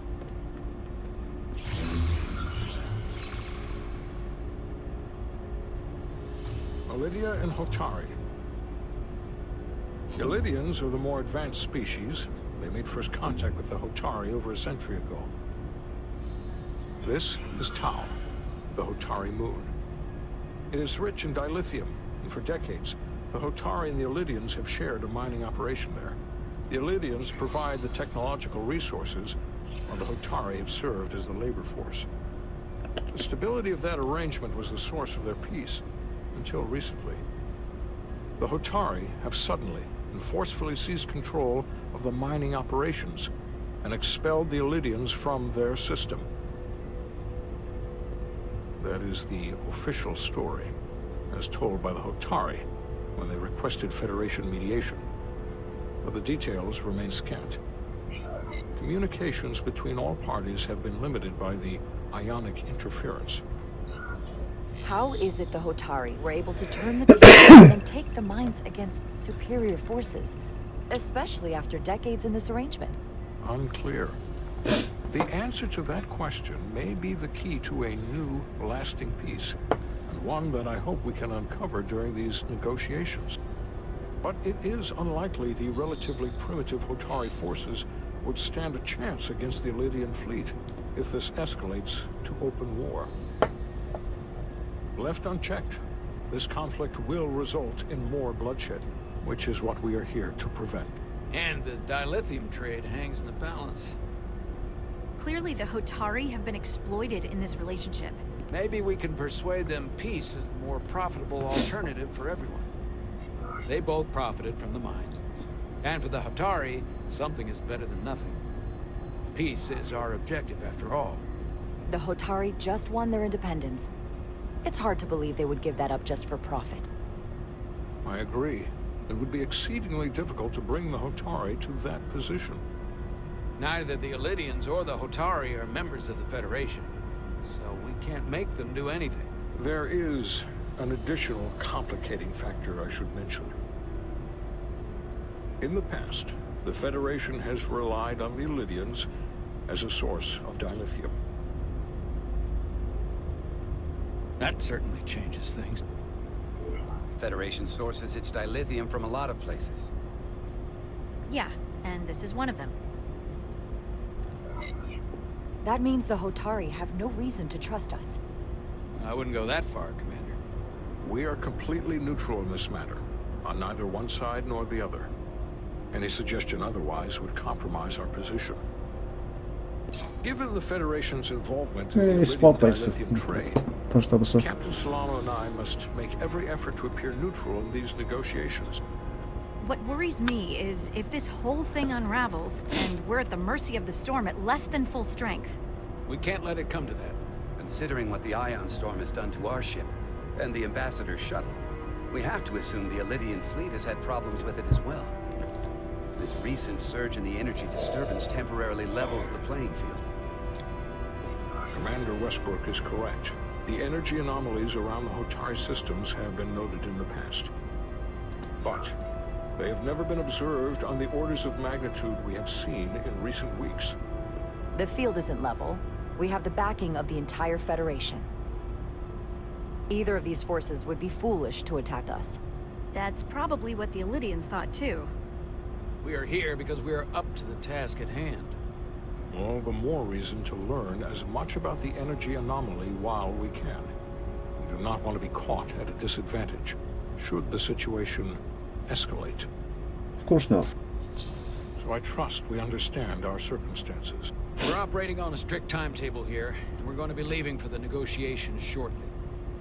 Commander Westbrook, I want you to leverage our systems to investigate the anomaly from here while we're gone. Aye, Captain. Thank you all. Dismissed. I want to speak to both of you privately.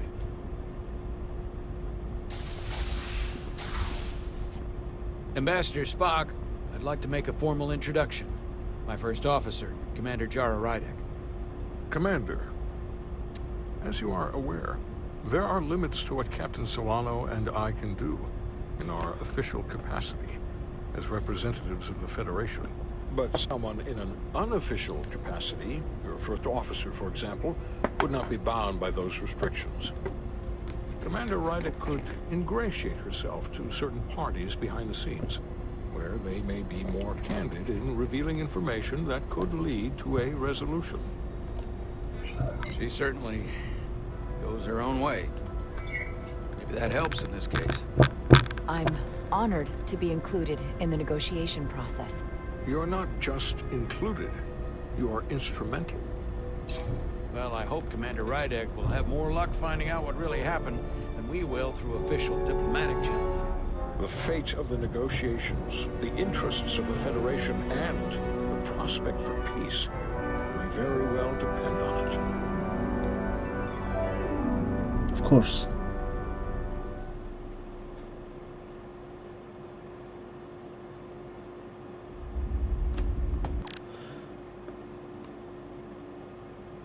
Let's see, what's it say about Spock? Ambassador Spock noticed Jara's keen intellect and unique insight into the dynamics of the Hotari Ilidian conflict during the mission briefing. Ambassador Spock also noted Jara's humility when presented with her back-channel mission. That's not saying different there, no.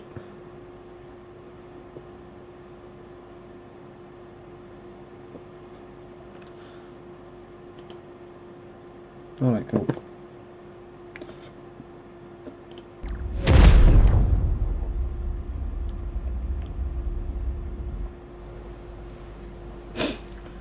USS Excelsior. What? Oh, that'll be the Spock's shuttle.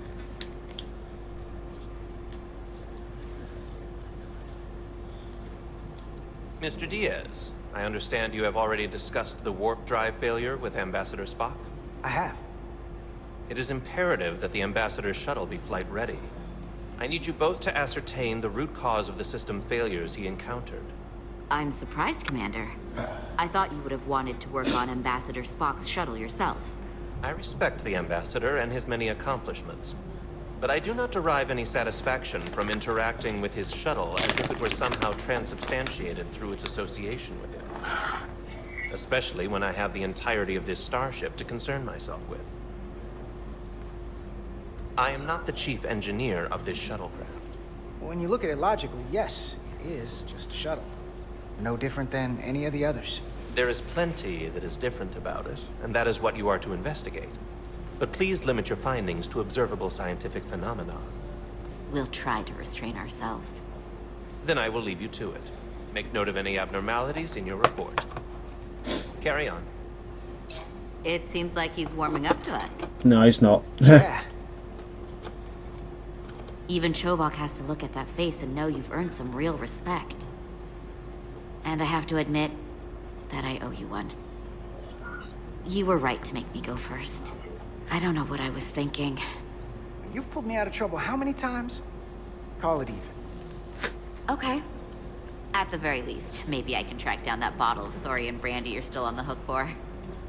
But first, we have work to do.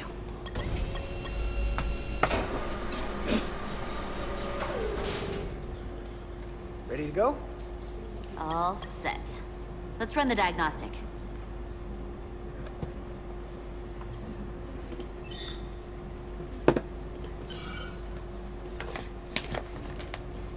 So, I know about your talk with Miranda.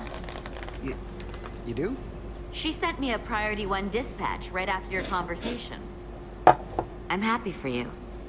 Both of you. Thanks. But I'm only going to tell you this once. Don't screw this up. Because I would be very unhappy if you tried this out and then, I don't know, 6 weeks or 6 days later, I have to start splitting holidays between the two of you. All because things went south and you're not on speaking terms. That just isn't gonna work for me. That's not gonna happen, okay? And why are you even going there? We haven't even gone on a date yet. I just want you to know where I stand.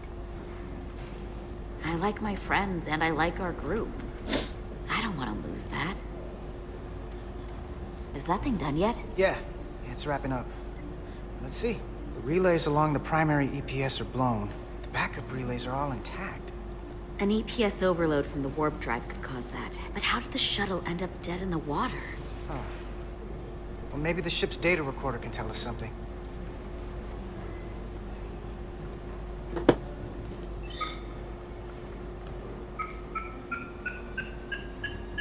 Here. They were only about 8 minutes from their plotted warp point. No faults, just those warnings. What are they?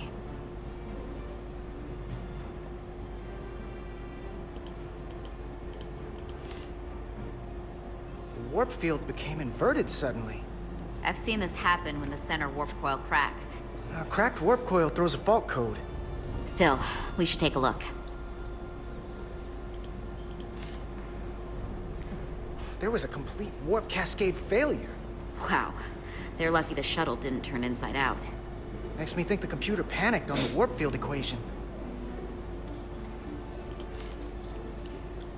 Subspace variance out of tolerance. What does that mean? It means the main navigation array lost sight of space somehow. Would the array going offline cause that? Yes, but it should have also thrown a fault code. Any one of these failures should have thrown a fault. If it was caused by a system failure. None of this caused the relays to blow. Roll forward to when that happened. Yes, ma'am.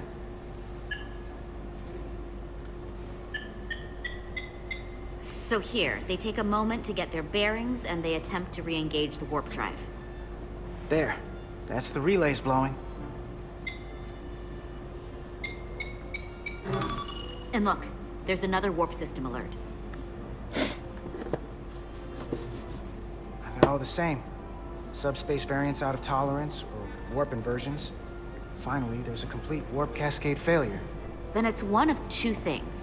Either a warp coil is cracked, or the navigation array is offline. That makes sense. Divide and conquer. You want to check the warp coils or the navigation array? I'll check the other.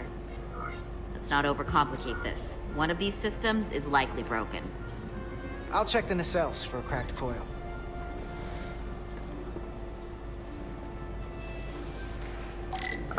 Alright, your tricorder can analyze data.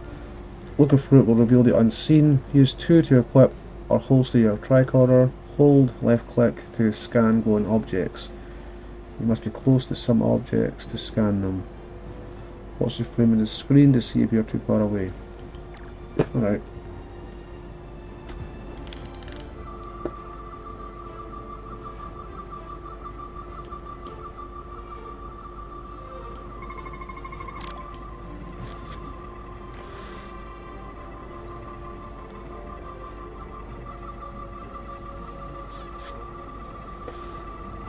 Q&E.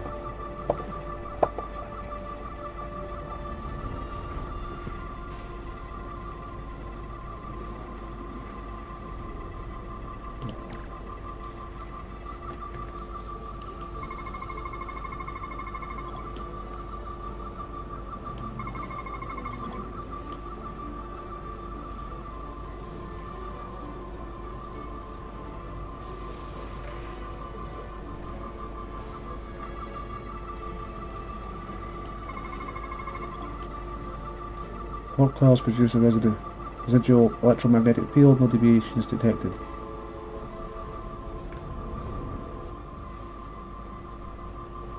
All anomalies scanned.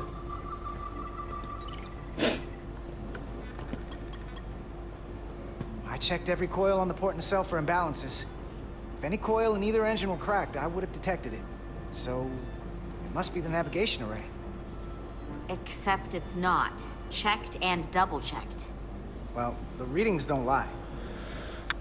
Here comes the security detail for the way team.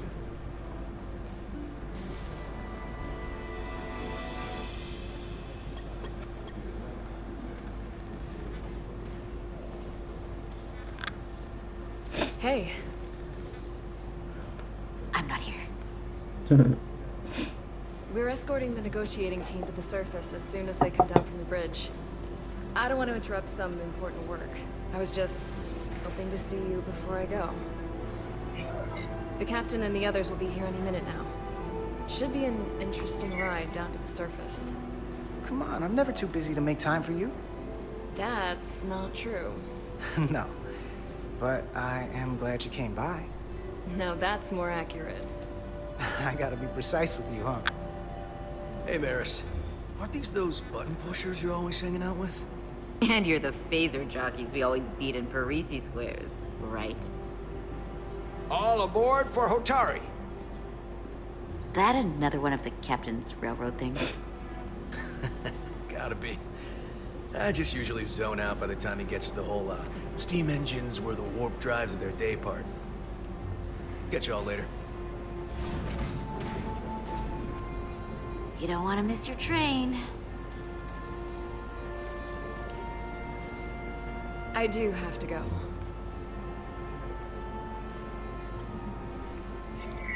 Not gonna lie, I'd rather not leave right now.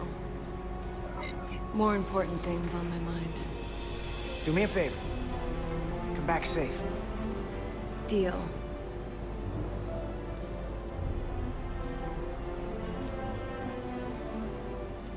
Be seeing you.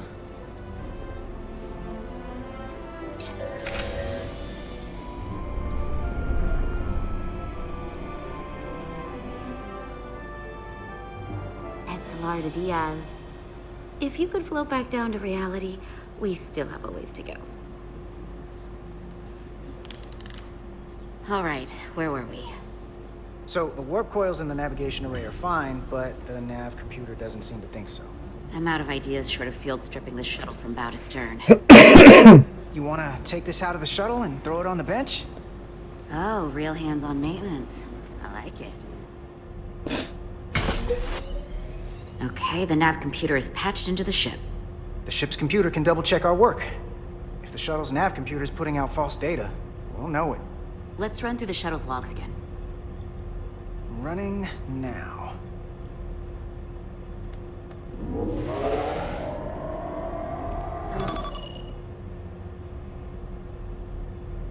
Same. Warp field inversion and a cascade failure. However, the Resolute computer doesn't show the same subspace variance. We're in the same conditions that the shuttle was in when it failed. Why wouldn't the ship's computer get a matching result? What if the subspace variance was a momentary occurrence? That's a possibility, and it would explain why the simulation under our current sensor readings failed to reproduce the issue. But a subspace anomaly strong enough to cause a warp field collapse would leave graviton ripples for days. Let's run with the momentary subspace variance theory for now. Roll forward to the shuttle's attempt to re-engage the warp drive. We need the conditions of space around the shuttle at the moment of warp failure. Resuming simulation.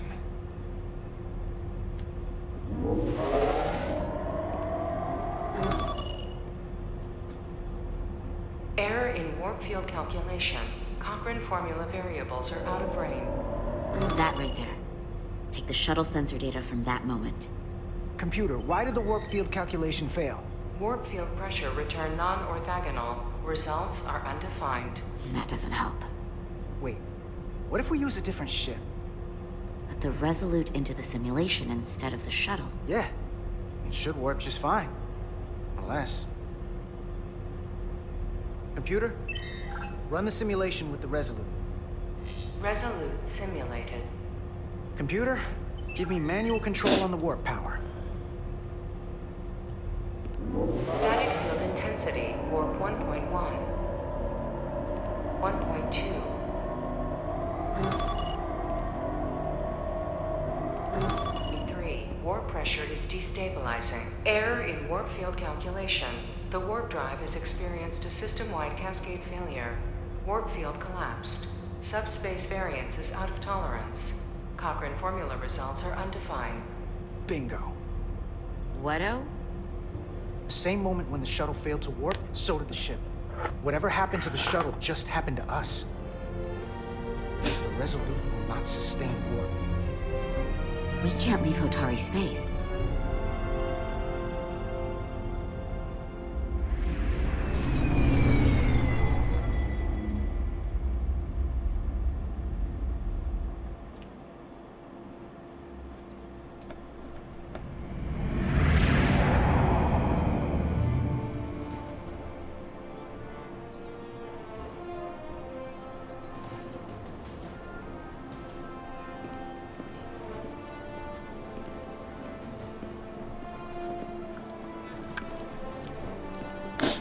seat of power.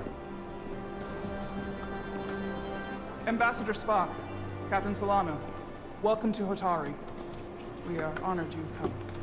My name is Tylos Altaris, Minister of Diplomatic Affairs. The honor is ours.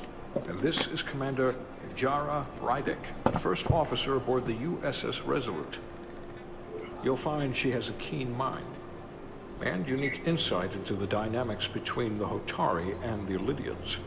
We are honored to be here as representatives of the Federation. I'm so glad. These must be the representatives of the mighty Federation, the reigning authority in the galaxy. Or so we've been led to believe. Whether that's true or not remains to be seen. But, either way, we're grateful you've made the time to come to our little corner of the universe. And you are? This is Galvin, and this is Citron, the heroes of the revolt in the mines.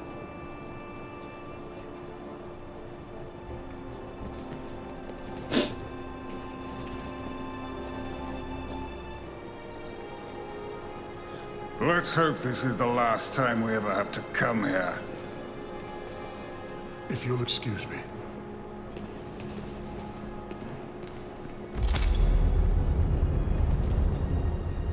I think we're about to begin. Did you hear the arrogance from that guy? I don't know what we're walking into here. But that guy was something. That may be true. But let's keep an open mind going into the negotiations. Hopefully he's just one voice amongst many. Then let's hope he's the outlier. The Hotari have invited us as their guests, so we must show them the proper respect.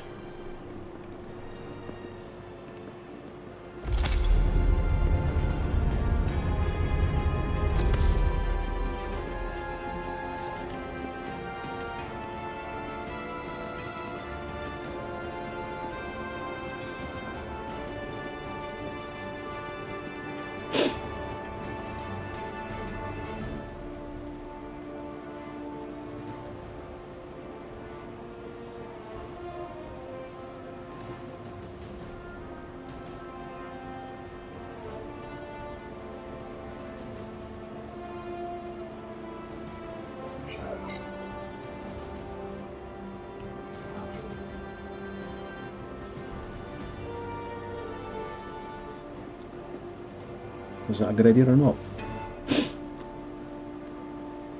Ambassador Spock, welcome to Holtari Prime. The honor is mine, Your Majesty. That the Federation would send one of their most respected representatives is not only an honor to the Hotari people and their king, but a recognition of our stature and importance. Let's get on with it, shall we? With all due respect to the Federation and their ambassador, they have no authority here. We are not members of their alliance. We are not subject to their rule, nor yours. We demand the immediate return of all mining operations to Illydian control, as it has been for centuries and will be for centuries more. That has always been our understanding. That understanding has changed. Then you invite war! And if you cannot remain silent, you will be silenced. But his point is well taken. What is the Federation's interest in this matter? Perhaps you would have us trade one oppressor for another? The Federation remains neutral. Our only interest is the peaceful resolution of this conflict. We are here at your request, Your Majesty. For now. I'm trying to keep an open mind here, but it's not easy. I thought they wanted us here. Was there something you wanted to say, Captain? Oh, no. My apologies. And what about the Kobliad? She's not part She can speak for herself, can't she? Then let her.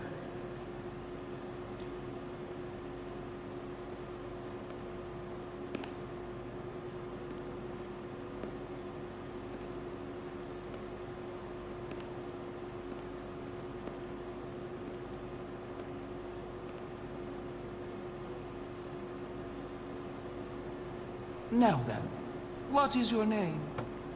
Commander Jara Rydek, Your Majesty. Being a Kobliad, you would know better than anyone. Your people suffered brutal treatment at the hands of the Cardassians. Their injustice towards the Kobliad is as unimaginable as it is unforgivable. Not unlike how we have been treated by the Alidians. As much as they'd have you believe they are the victims here, remember it was the Hotari who attacked us. Hundreds of innocent Alidians were slaughtered without mercy in those mines. The blood is on their hands, not ours! Quiet! If after all the Kobliad suffered, you finally had the chance to right that wrong, to get out from under their control, would you take it? Or would you negotiate a peace?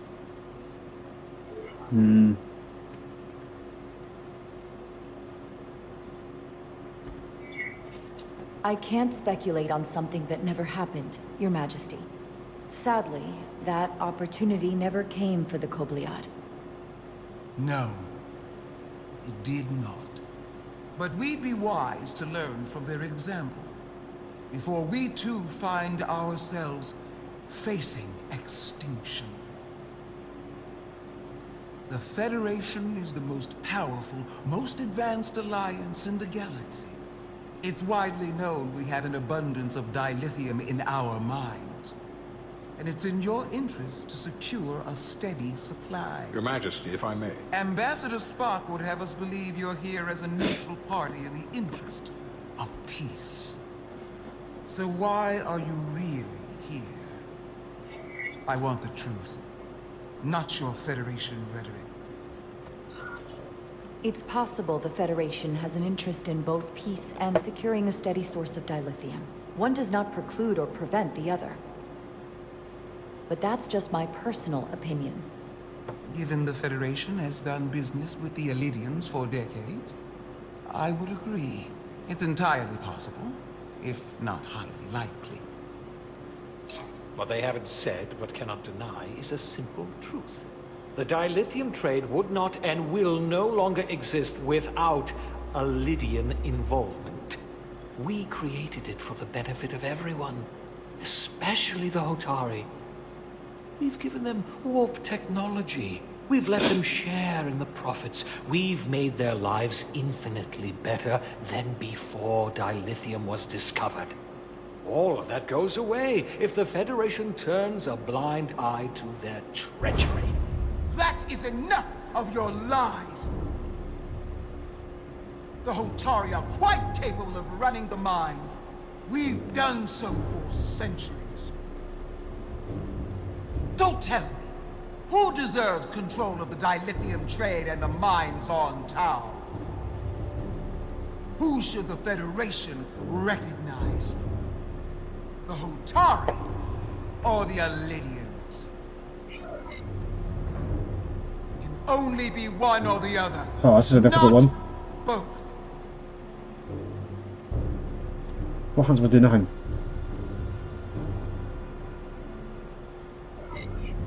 If I guess have nothing to happens. choose only one, then it would have to be the Hotari. Well said. How could the just and wise Federation make any other choice? This is an outrage. The Federation has lost all credibility. The mines are ours. Lydia will not be deterred. We will take back our mines by any means necessary. And you will see more blood spilled. I am more than willing to address your concerns, Your Majesty. Yours as well, Representative. But I suggest we could have a more productive conversation with a smaller group. Perhaps only the most essential representatives.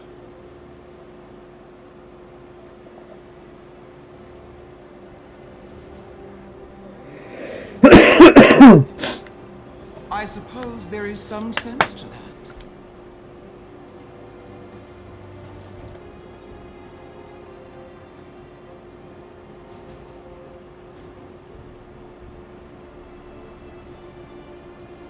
I hope we meet again, Jara Ryder.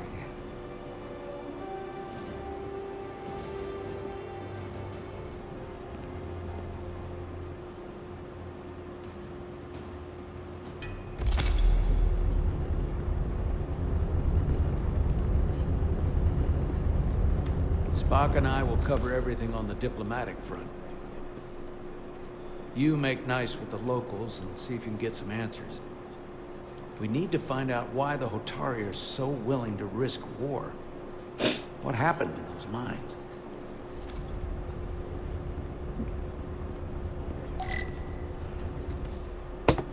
And this is where I'll stop for part 1 of this. So far I've got to say, I'm kind of biased because I love Star Trek. I am actually enjoying the game. I'm liking the storylines. I like narrative driven stories like this. But for those of you watching this on YouTube, unless you're a Star Trek fan, I don't think you'd really enjoy this game so much, because it's heavy on Star Trek lore, obviously. So if you're just a casual Star Trek fan, maybe you'd like it. If you're really, really into Star Trek and you like, especially the Next Generation, absolutely this game's for you.